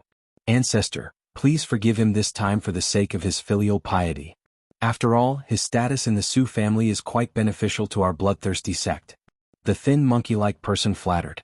Although the spiritual ladies that Su Junqing sent back were all enjoyed by the forefather, the taste of the other girls was not bad. Speaking of Su Junqing's filial piety, Bloodthirsty's forefather couldn't help but look down at the veiled beauty with a satisfied expression. He then ordered, "All right, call Lu Yunfei over." Ancestor, you want to send senior sister Lu Yunfei out? The thin monkey-like person was shocked. Although that woman's cultivation was the same as his, an advanced spiritualist, she was not someone to be trifled with. Most of the people in Bloodthirsty sect were men, so they usually used women's blood to cultivate. Women with spiritual roots were their favorite. For a woman like Lu Yunfei to be able to gain a foothold in Bloodthirsty sect, it went without saying how powerful she was. That's right. Didn't Su Junqing want to find someone with a high cultivation? There is no one more suitable than Lu Yunfei. Bloodthirsty's forefather waved his hand and said, "Go quickly." Yes. The thin monkey-like person quickly retreated. Not long after, a girl wearing a pink dress walked in. She looked to be around 16 years old and had a cute appearance. When she smiled, there were 2 dimples on her face. When she walked, she bounced up and down like an innocent girl. What orders does Ancestor have for Lu Yunfei? Lu Yunfei blinked her big eyes and asked Bloodthirsty's forefather. Su Hansen and Nanny Su's soul lamps are extinguished. Go to Shangjing and refine the people who killed them. Then help Su Junqing finish the task I gave him. Also bring back that girl called Yi Jioga. She is Yun Qianwei's granddaughter. She must taste good. Bloodthirsty's forefather revealed a gloomy expression. He couldn't help but rub the veiled woman's hair a little harder. Meow. The veiled woman suddenly let out a meow. Then, she hit Bloodthirsty's forefather unhappily and turned her head away. Little treasure, it's my fault. I was too engrossed in my thoughts and accidentally hurt my little treasure. Bloodthirsty's forefather wasn't angry when she hit him. Instead, he smiled and coaxed the veiled woman. The veiled woman slowly turned around and rested her head on Bloodthirsty's forefather's thigh. Her watery eyes met Lu Yunfei's. Lu Yunfei looked at the red mole between the veiled woman's eyebrows. She suddenly pointed at her and said to Bloodthirsty's forefather, "Forefather, after I bring back that Yi Jioga, can you give her to me? You want her?" Bloodthirsty's forefather asked curiously. "Yes, I like her face in that red mole. I want to peel off her skin for my collection." Lu Yunfei revealed an innocent smile. "You just like to collect the skin of beauties?" Bloodthirsty's forefather smiled lovingly. Then he nodded and said, "When you finish your mission and come back, I should have sucked dry her spirit blood. Then you can have her." "No, if you suck dry her spirit blood, she'll become trash. Why would I need to peel her skin?" Lu Yunfei pouted and moved her feet. She looked like she didn't want to wear anything. Okay. I won't suck anymore. You can have it all."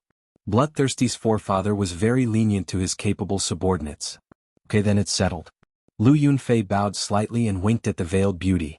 She smiled and said, "Be good and wait for me to come back." The veiled woman didn't react from beginning to end. It was as if she didn't understand what they were saying.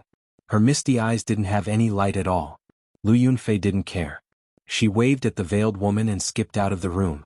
She looked in the direction of Thunder Country and revealed a bloodthirsty smile. She said darkly, "Yi Jioga, right? I want to see what you can do." Then her figure flashed and disappeared.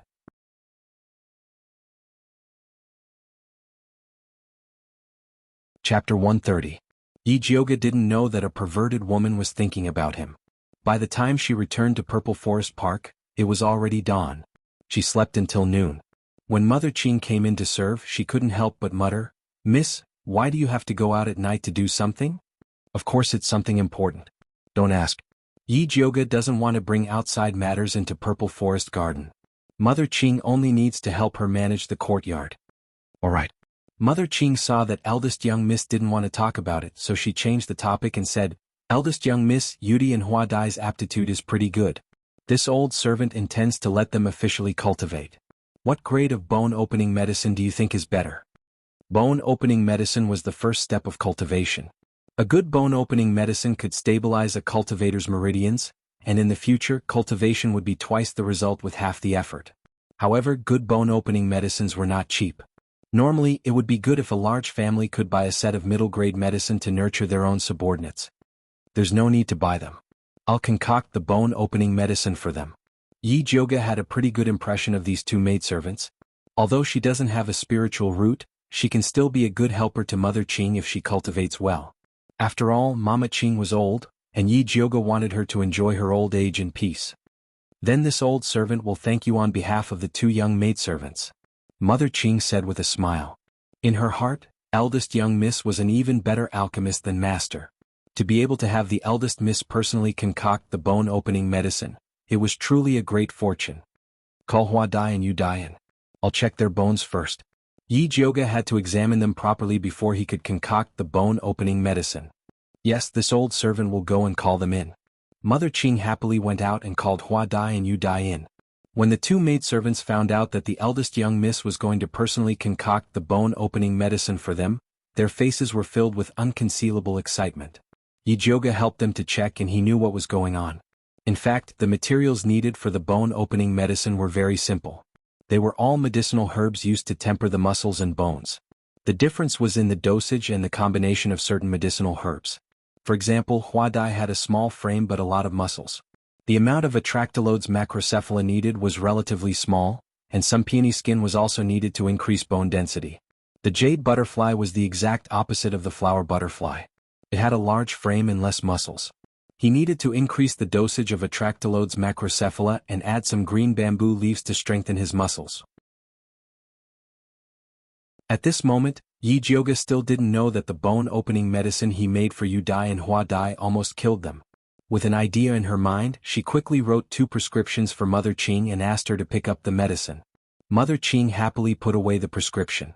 She planned to go get the medicine later and find a good day to open Hua Dai and Yu Dai's bones. Yi Jioga was still thinking about what he had discussed with Yi Yu last night, so he quietly went to Yi Yu's courtyard. However, he found that Yi Yu was not there. Instead, Wan Ziang and Bai Songling were there. "Are you here for Yi Yu, young mistress?" Bai Songling asked. "Yeah, where did he go?" Yi Jioga asked curiously. "I don't know. We're waiting for him too." Bai Songling rolled his eyes and asked Yi Jioga with a smile, "Did you know that Yi Yu brought a treasure map to us last night?" "I know, I was the one who asked him to take it."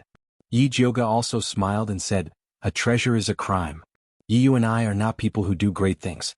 It's best to give this treasure map to the emperor." Bai Songling didn't believe Yi Jioga's nonsense. If she was not a person who did great things, who else could do great things? Wan Ziang said seriously, "I have already handed the treasure map that I seized from the evil cultivator Su Hansen to the emperor. The emperor should be very excited." Yi Jioga said clearly. The crown prince kept the treasure map in the dragon and phoenix jade pendant. It meant that he and the empress had been hiding this matter from the emperor. Now that she exposed the matter, she believed that the crown prince and the empress must be very nervous. Yes, the emperor has ordered the Ministry of Justice to thoroughly investigate the case of the evil cultivator harming people. There will be a big reward for catching the evil cultivator. Previously, the people of the Ministry of Justice didn't support Wan Ziang to investigate the evil cultivator. They felt that it was a waste of energy. Now that the emperor had issued an imperial edict, the people of the Ministry of Justice were eager to make a contribution in front of the emperor. With a big reward, Su Junqing will definitely not dare to be arrogant this time. Yi Jioga was happy when she thought that Su Junqing was going to be in trouble. Now that Emperor Xian had personally given the order, as long as they found evidence that Su Junqing cultivated evil arts, they would destroy his reputation. "Leave Su Junqing's matter to us. The alchemy conference is going to be held in the Medicine Refinery Valley. What do you plan to do?" Bai Songling asked. "Nothing." Yi Jioga had never been interested in the competition. She preferred to quietly do research and concoct pills.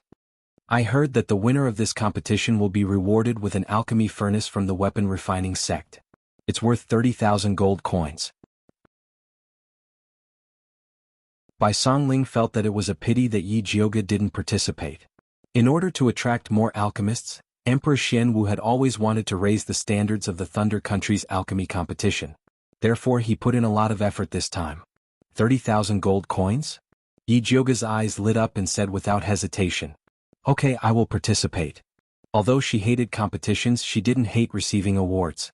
Other than the Thunder Country's alchemists, there will be many alchemists from other places participating in the competition. When the time comes, the trade fair will be very lively. You might be able to exchange for something good. Bai Songling revealed another piece of information. He and Dongfang Ke were very concerned about this alchemy competition. They hoped to find out more about the fire dragon grass from the alchemists who came from all over the world. After all, they needed the fire dragon grass to completely eradicate the poison in Dongfang Ke's body. Okay, let's go take a look. Yi Jiuge was very interested in the trade fair. She could sell the blue jade seaweed that she had collected at the bottom of the lake. Oh right, your father, Grandmaster Yi, is one of the judges for this alchemy competition. He has a spot that can be guaranteed to the last round. Do you want to ask him? Although Bai Songling was very confident in Yi Jiuge's alchemy skills, it would save a lot of effort if he could be guaranteed a spot in the last round. There's nothing to ask. He will definitely give the spot to Yi Shanshan. This was a definite thing. Yi Jiuge didn't care about that spot. As long as Yi Yuxuan didn't bother her, she would be happy. Do you want to ask the Prince of Dongling to help you get a spot? Bai Songling asked. Although it was difficult to get a spot in the alchemy competition, it wasn't impossible as long as one worked hard. There's no need to go through so much trouble. I'll just kill my way in. Yi Jiuge waved her hand. If she couldn't even pass the first few rounds, how could she bring the 30,000 gold cauldron home?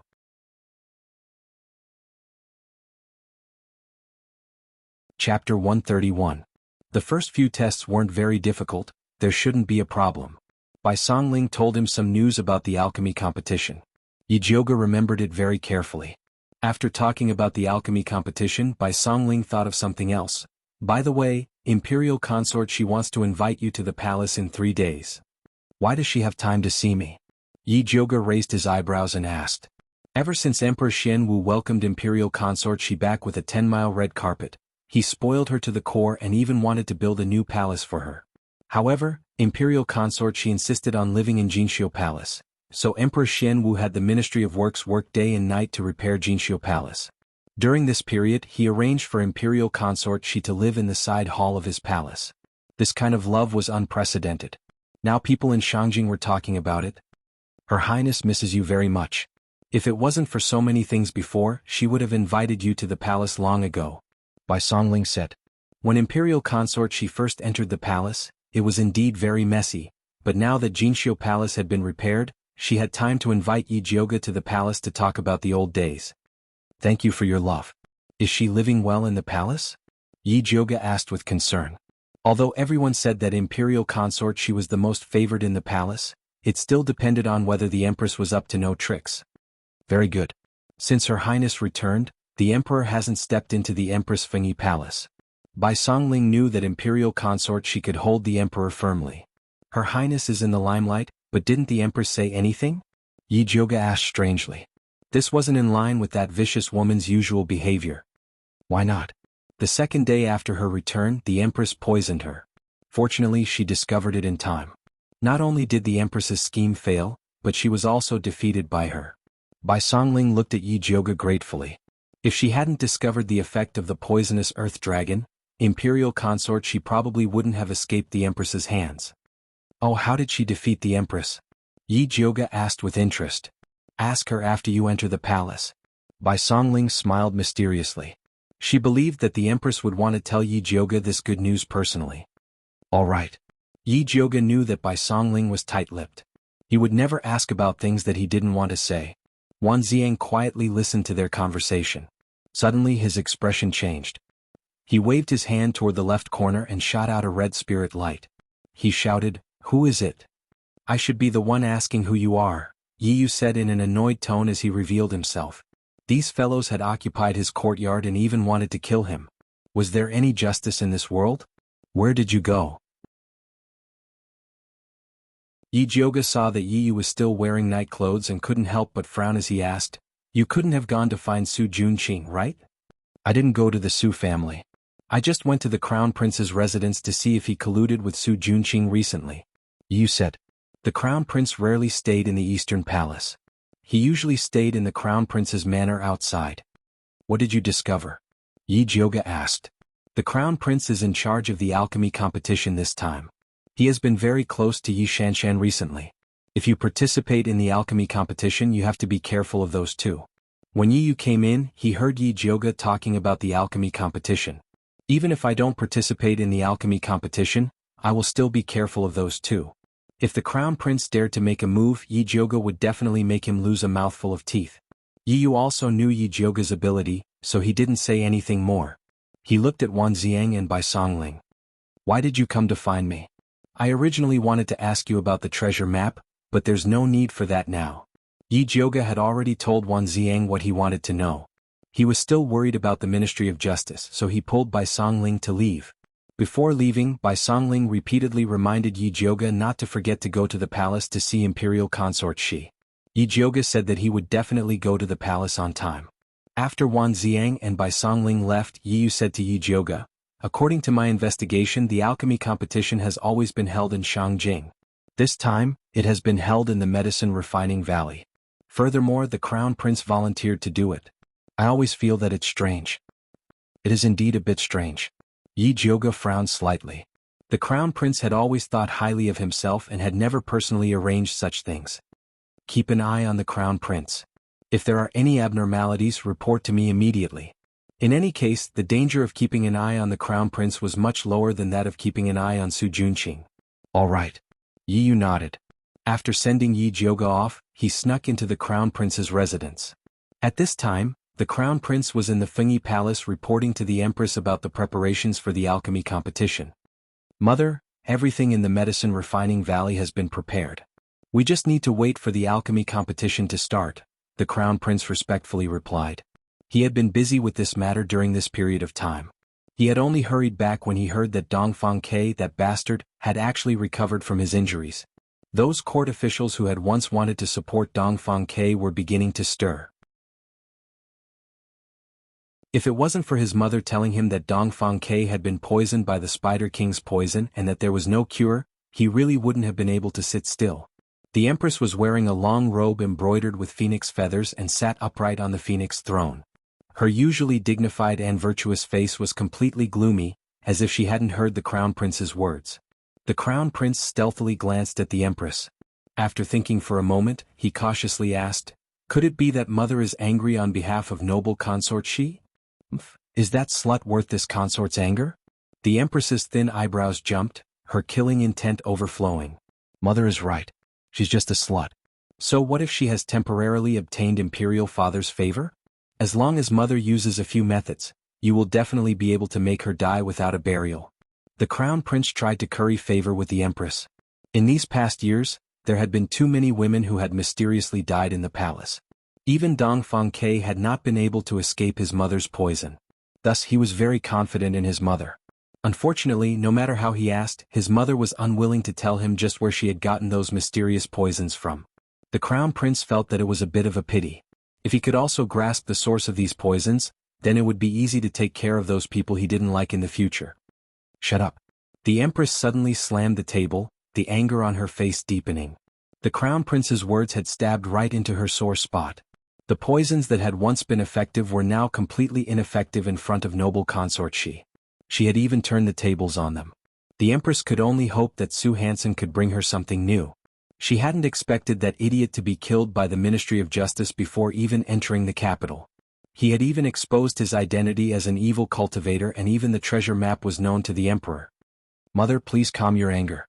I was wrong. Although the crown prince didn't know what he had said wrong, it was always right to quickly admit his mistake. The empress's chest heaved slightly, but she quickly restrained her anger. She looked down at the crown prince and said, bring Su Junqing into the palace tomorrow. This consort has something to ask him. She could only rely on Su Junqing to contact the bloodthirsty sect.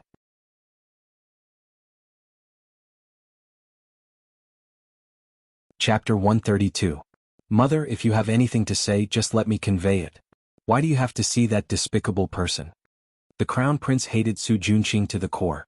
Don't make me say the same thing twice.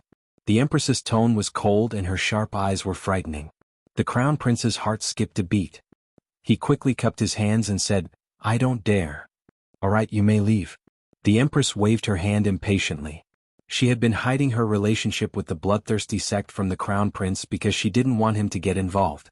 The disciples of the bloodthirsty sect were crazy and had no bottom line. They might kill themselves one day.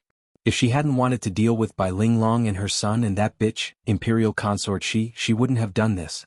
It was all those damn guys' fault. The Crown Prince saw the Empress's ferocious expression and didn't dare to ask more. He quickly left the palace and went to the Su family. "Welcome, Crown Prince. Please forgive me for not going out to greet you." Su Junqing bowed respectfully. The Crown Prince glanced at Su Junqing and said in a condescending manner, "You may rise." "Thank you, Crown Prince." Su Junqing straightened up. His handsome face was full of smiles. He didn't feel humiliated at all. This kid really knows how to act." The Crown Prince snorted in his heart and stepped back. He then said arrogantly, "Mother wants to see you. Tomorrow, pretend to be a little eunuch and follow me into the palace."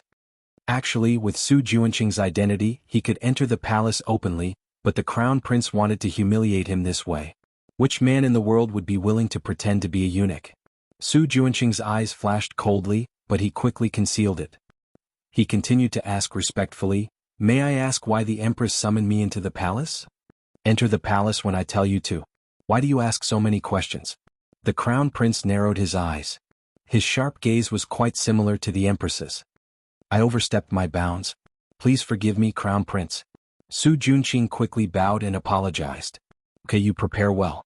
The Imperial Palace will send someone to pick you up tomorrow."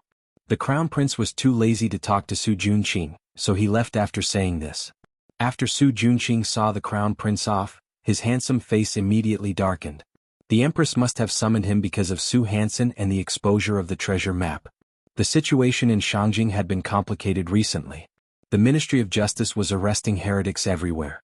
Since they couldn't catch the evil cultivator, they just randomly grabbed people to be their scapegoats, causing him to be unable to continue his business of selling virgin girls. Seeing that the delivery time was approaching, he began to worry. On the surface, he was the disciple of bloodthirsty ancestors' disciple. He was only a disciple of the bloodthirsty ancestors' disciple. Su Junqing didn't just want to cultivate. He also wanted to create a tense atmosphere in Shangjing so that Forefather Bloodthirsty would send more disciples with higher cultivation bases. This way he could not only complete the ancestor's task, but he could also use to eliminate Wanwan Lord. He didn't know that the ancestor. If it was a useless idiot like Su Hansen, then don't blame me for using it to practice. Unless those people of Su, the same, his senior brothers and sisters and Kuden. Unless unless ancestor then. Ancestor not. Su either. The next day the Crown Prince sent someone to pick up Su Junqing, but he didn't let him be a eunuch. The next day the Crown Prince sent someone to pick up Su Junqing, but he didn't let him disguise himself as a eunuch. No matter how much the Crown Prince wanted to humiliate Su Junqing, he didn't dare to do so in front of the Empress. The Empress didn't sleep the entire night. Her face was gloomy as she sat on her throne like a statue. The palace maids and eunuchs of Fengyi Palace were so scared that they didn't even dare to breathe. The entire palace was as quiet as a tomb. It was only when the Crown Prince brought Su Junqing into the palace that it became lively. The Empress saw that Su Junqing's expression was much better. She found an excuse and had the Crown Prince, the palace maids and eunuchs leave, leaving only Su Junqing for questioning. The Crown Prince didn't expect that the Empress wouldn't even let him stay. Although he was unwilling, he didn't dare to disobey the Empress's orders. He could only blame this on Su Junqing. This subordinate greets the Empress. Su Junqing respectfully bowed to the Empress. At ease. The Empress raised her hand and went straight to the point. This consort needs a poison that can kill noble consort Shi in Dongfang, Quebec. What does the Empress mean? Didn't Su Mami give you a lot of poisons? Su Junqing asked curiously. Su Mami was an expert in poisons. After following the Empress for so many years, she should have a lot of poisons in her hands. Those poisons are useless against that bitch, noble consort Shi, the Empress said fiercely. She had tried all the poisons in her hands in the past few days. Not to mention noble consort Shi couldn't even poison Zhou Mami and Hong Xiu to death. She used to control the entire harem with these poisons, and everyone's life and death was in her hands. Now that she had lost this reliance, she was extremely unwilling and urgently wanted to take it back. It seems that noble consort she had a great opportunity and found a poison-repellent treasure. Su Junqing was very confident in the poisons refined by the bloodthirsty sect. Ordinary people wouldn't be able to resolve them. It is indeed possible. In fact, the Empress also had such doubts and had already secretly sent people to investigate. However, Hong Xiu's defenses were too strict, and her people couldn't enter Splendid Palace to search it all. If only Mommy Su was here. She would definitely be able to help her investigate these matters clearly. Other than poison, the second thing the Empress wanted was a helper like Mommy Su. Thus, she said, "Have the bloodthirsty sect send another person for me. Empress, you also know that there are very few women in our sect. It's already very good to find a Mommy Su. It won't be easy to find another suitable person in a short period of time," Su Junqing said while shaking his head. He was telling the truth. The remaining women of the bloodthirsty sect were all perverts, and it was impossible for them to serve the Empress. What's so difficult about it? After a while, I'll let the Emperor select women. I can help you get any kind of woman you want. If these aren't enough, I can also send people to look for them among the people. Now that you're being watched so closely by the Emperor, I'm afraid it won't be easy for you to do anything.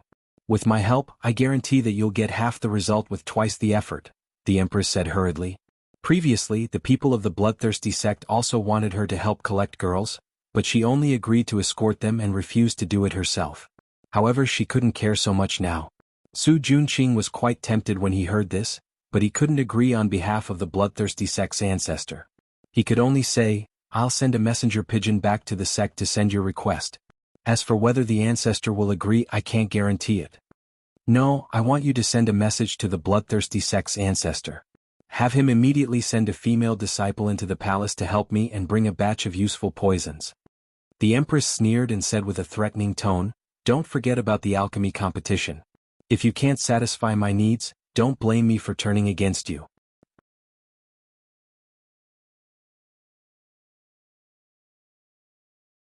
Chapter 133. Is the Empress threatening our bloodthirsty sect? Su Junqing's face darkened and his aura became sharp. "You were the ones who violated the agreement first." The Empress didn't back down. "Back then your bloodthirsty sect promised me this land. Now that it's going to fall into Dongfang K's hands, you still have the face to say this? Let me tell you, if you can't satisfy my demands, I'll announce what you've done to the world. I'd like to see how your Su family can survive in Thunder Country." The Empress's face was ferocious and her eyes were filled with madness. "Empress, please calm down." Su Junqing cupped his hands and hid the killing intent in his eyes. "Go back and think about whether bloodthirsty sect or Su family is more important." The Empress called in a palace maid and eunuch. After Su Junqing left the palace with an old eunuch, he slowly relaxed his clenched fists. The Empress had gone crazy. She didn't consider how dangerous it would be for noble consort Shi to act now and Dongfang K to drag the Su family down. It seemed like she couldn't keep this chess piece anymore. She had to think of a way to get rid of the Empress and Crown Prince. Su Junqing was about to get on the Su family's carriage when he suddenly saw a luxurious carriage used by the palace stop. Then, a beautiful woman wearing a light green dress with clouds and butterflies and her hair was combed into a flying fairy bun walked out of the car. Her eyebrows were deep and her eyes were like peach blossoms. Her cherry lips curled up and revealed a bright smile. She was like a fairy that had fallen to the mortal world. The surrounding people couldn't help but be attracted to her. Even the guards at the palace gate stared blankly at her. Next to this beauty was an ant wearing a red palace dress. It was noble consort Shi's main palace maid, Aunt Hong Xiu. Su Junqing frowned. He heard from the crown prince that this Aunt Hong Xiu was an intermediate martial artist with water spirit root. She was very difficult to deal with and was one of noble consort Shi's most capable subordinates. He didn't expect her to serve that beauty so respectfully. Who was that beauty? "Miss Yi, slow down." Aunt Hong Xiu's voice came from afar. "Miss Yi, could it be Yi Jioga?" Su Junqing couldn't help but narrow his eyes. Although he heard that Yi Jioga had recovered her appearance, he didn't think that she would be any better. He didn't expect her to be so beautiful. Bloodthirsty's forefather loved this face the most. If he could help the old ancestor bring the person back, not only would he be able to get rid of a huge threat, but he would also be rewarded by the old ancestor. It was really killing two birds with one stone. Su Junqing thought as he moved towards Yi Jioga. "Miss Yi, there is a fly flying towards you," Aunt Hong Xiu said sarcastically. Yi Jioge raised his head in surprise and saw a handsome young man wearing a white robe embroidered with gold edges walking towards him with a warm and friendly smile on his face.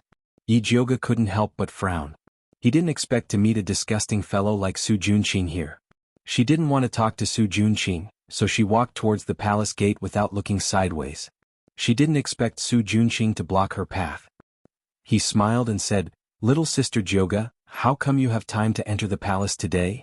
When Yi Jioge heard this form of address, his scalp went numb and he almost vomited.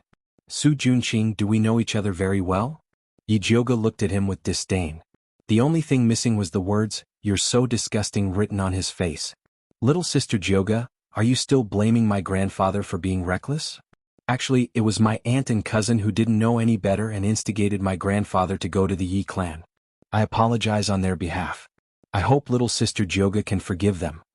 Su Junqing's voice was soft and his handsome face was full of sincerity. His eyes that were looking straight at Yi Jioge suddenly flashed with a strange red light. Yi Jioge suddenly felt a bit dizzy. She suddenly felt that she was making a big fuss over nothing. The ones who had enmity with her were old ancestors Su and Su Yufeng, not Su Junqing. How could she casually blame him? "Little sister Jioge, you look so beautiful dressed like this. You're like a fairy descending to the mortal world. Let's get closer in the future, okay?" Su Junqing's voice was so soft that it seemed like water was about to drip out. "Okay," Yi Jioge replied in a daze. Su Junqing still wanted to say something, but Aunt Hongxiu had already noticed that something was wrong. She hurriedly said to Yi Jioge, "Eldest Miss, noble consort, she is still waiting for you. You must not miss the time to enter the palace." "That's right." Yi Jioge finally sobered up a bit. "Since that's the case, then little sister Jioge should enter the palace first. We'll talk when we have time." Su Junqing felt that it was a bit of a pity. If they met somewhere else, he could spend more time consolidating the effects of the bewitching technique. "Okay." Yi Jioge reluctantly smiled at Su Junqing before walking into the palace with Aunt Hongxiu. "Eldest Miss, when did you become so good with young Master Su?" Aunt Hongxiu pulled Yi Jioge to a corner and asked as soon as they entered the palace. "No, I just feel that he's not bad. He's not the same type of person as Su Yufeng. I misunderstood him in the past," Yi Jioge said disapprovingly. "His surname is Su. How could he not be the same type of person as Su Yufeng? Didn't you hate him before? Why did you suddenly change? It can't be that you saw that he was handsome and you were smitten." Aunt Hongxiu could understand the feelings of young girls who loved handsome men, but the cute Su Junqing absolutely could not. "What are you thinking?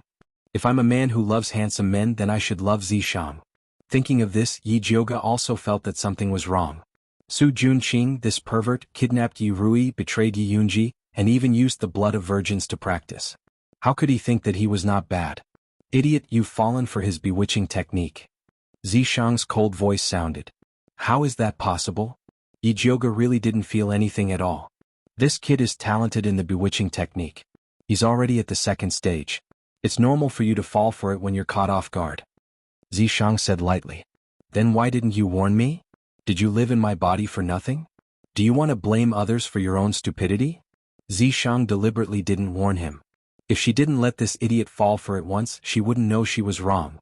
Yi Jioge was in the wrong and didn't dare to argue with Zishang anymore. She took out the pill bottle and swallowed 2 clear heart pills. "Eldest Miss, what are you doing?" Aunt Hongxiu looked at Yi Jioge strangely. "What's wrong with taking pills at the slightest disagreement? Don't talk. Hurry up and eat too." Yi Jioge also poured 2 clear heart pills into Aunt Hongxiu's mouth. Then he said in a low voice, "That Su Junqing just used an evil technique on me. That's why I suddenly felt that he's not bad. Fortunately, Aunt reminded me in time. Otherwise, I would have fallen for it." You're tuning in to the Han Li's Wuxia Chronicles YouTube channel. We're so grateful for your support, and don't forget to subscribe to join us on this incredible journey through captivating stories. Your generosity through donations truly makes a world of difference, as it's the primary source of revenue that allows me to expand and enhance this channel for you. Thank you from the bottom of my heart for being a part of this adventure.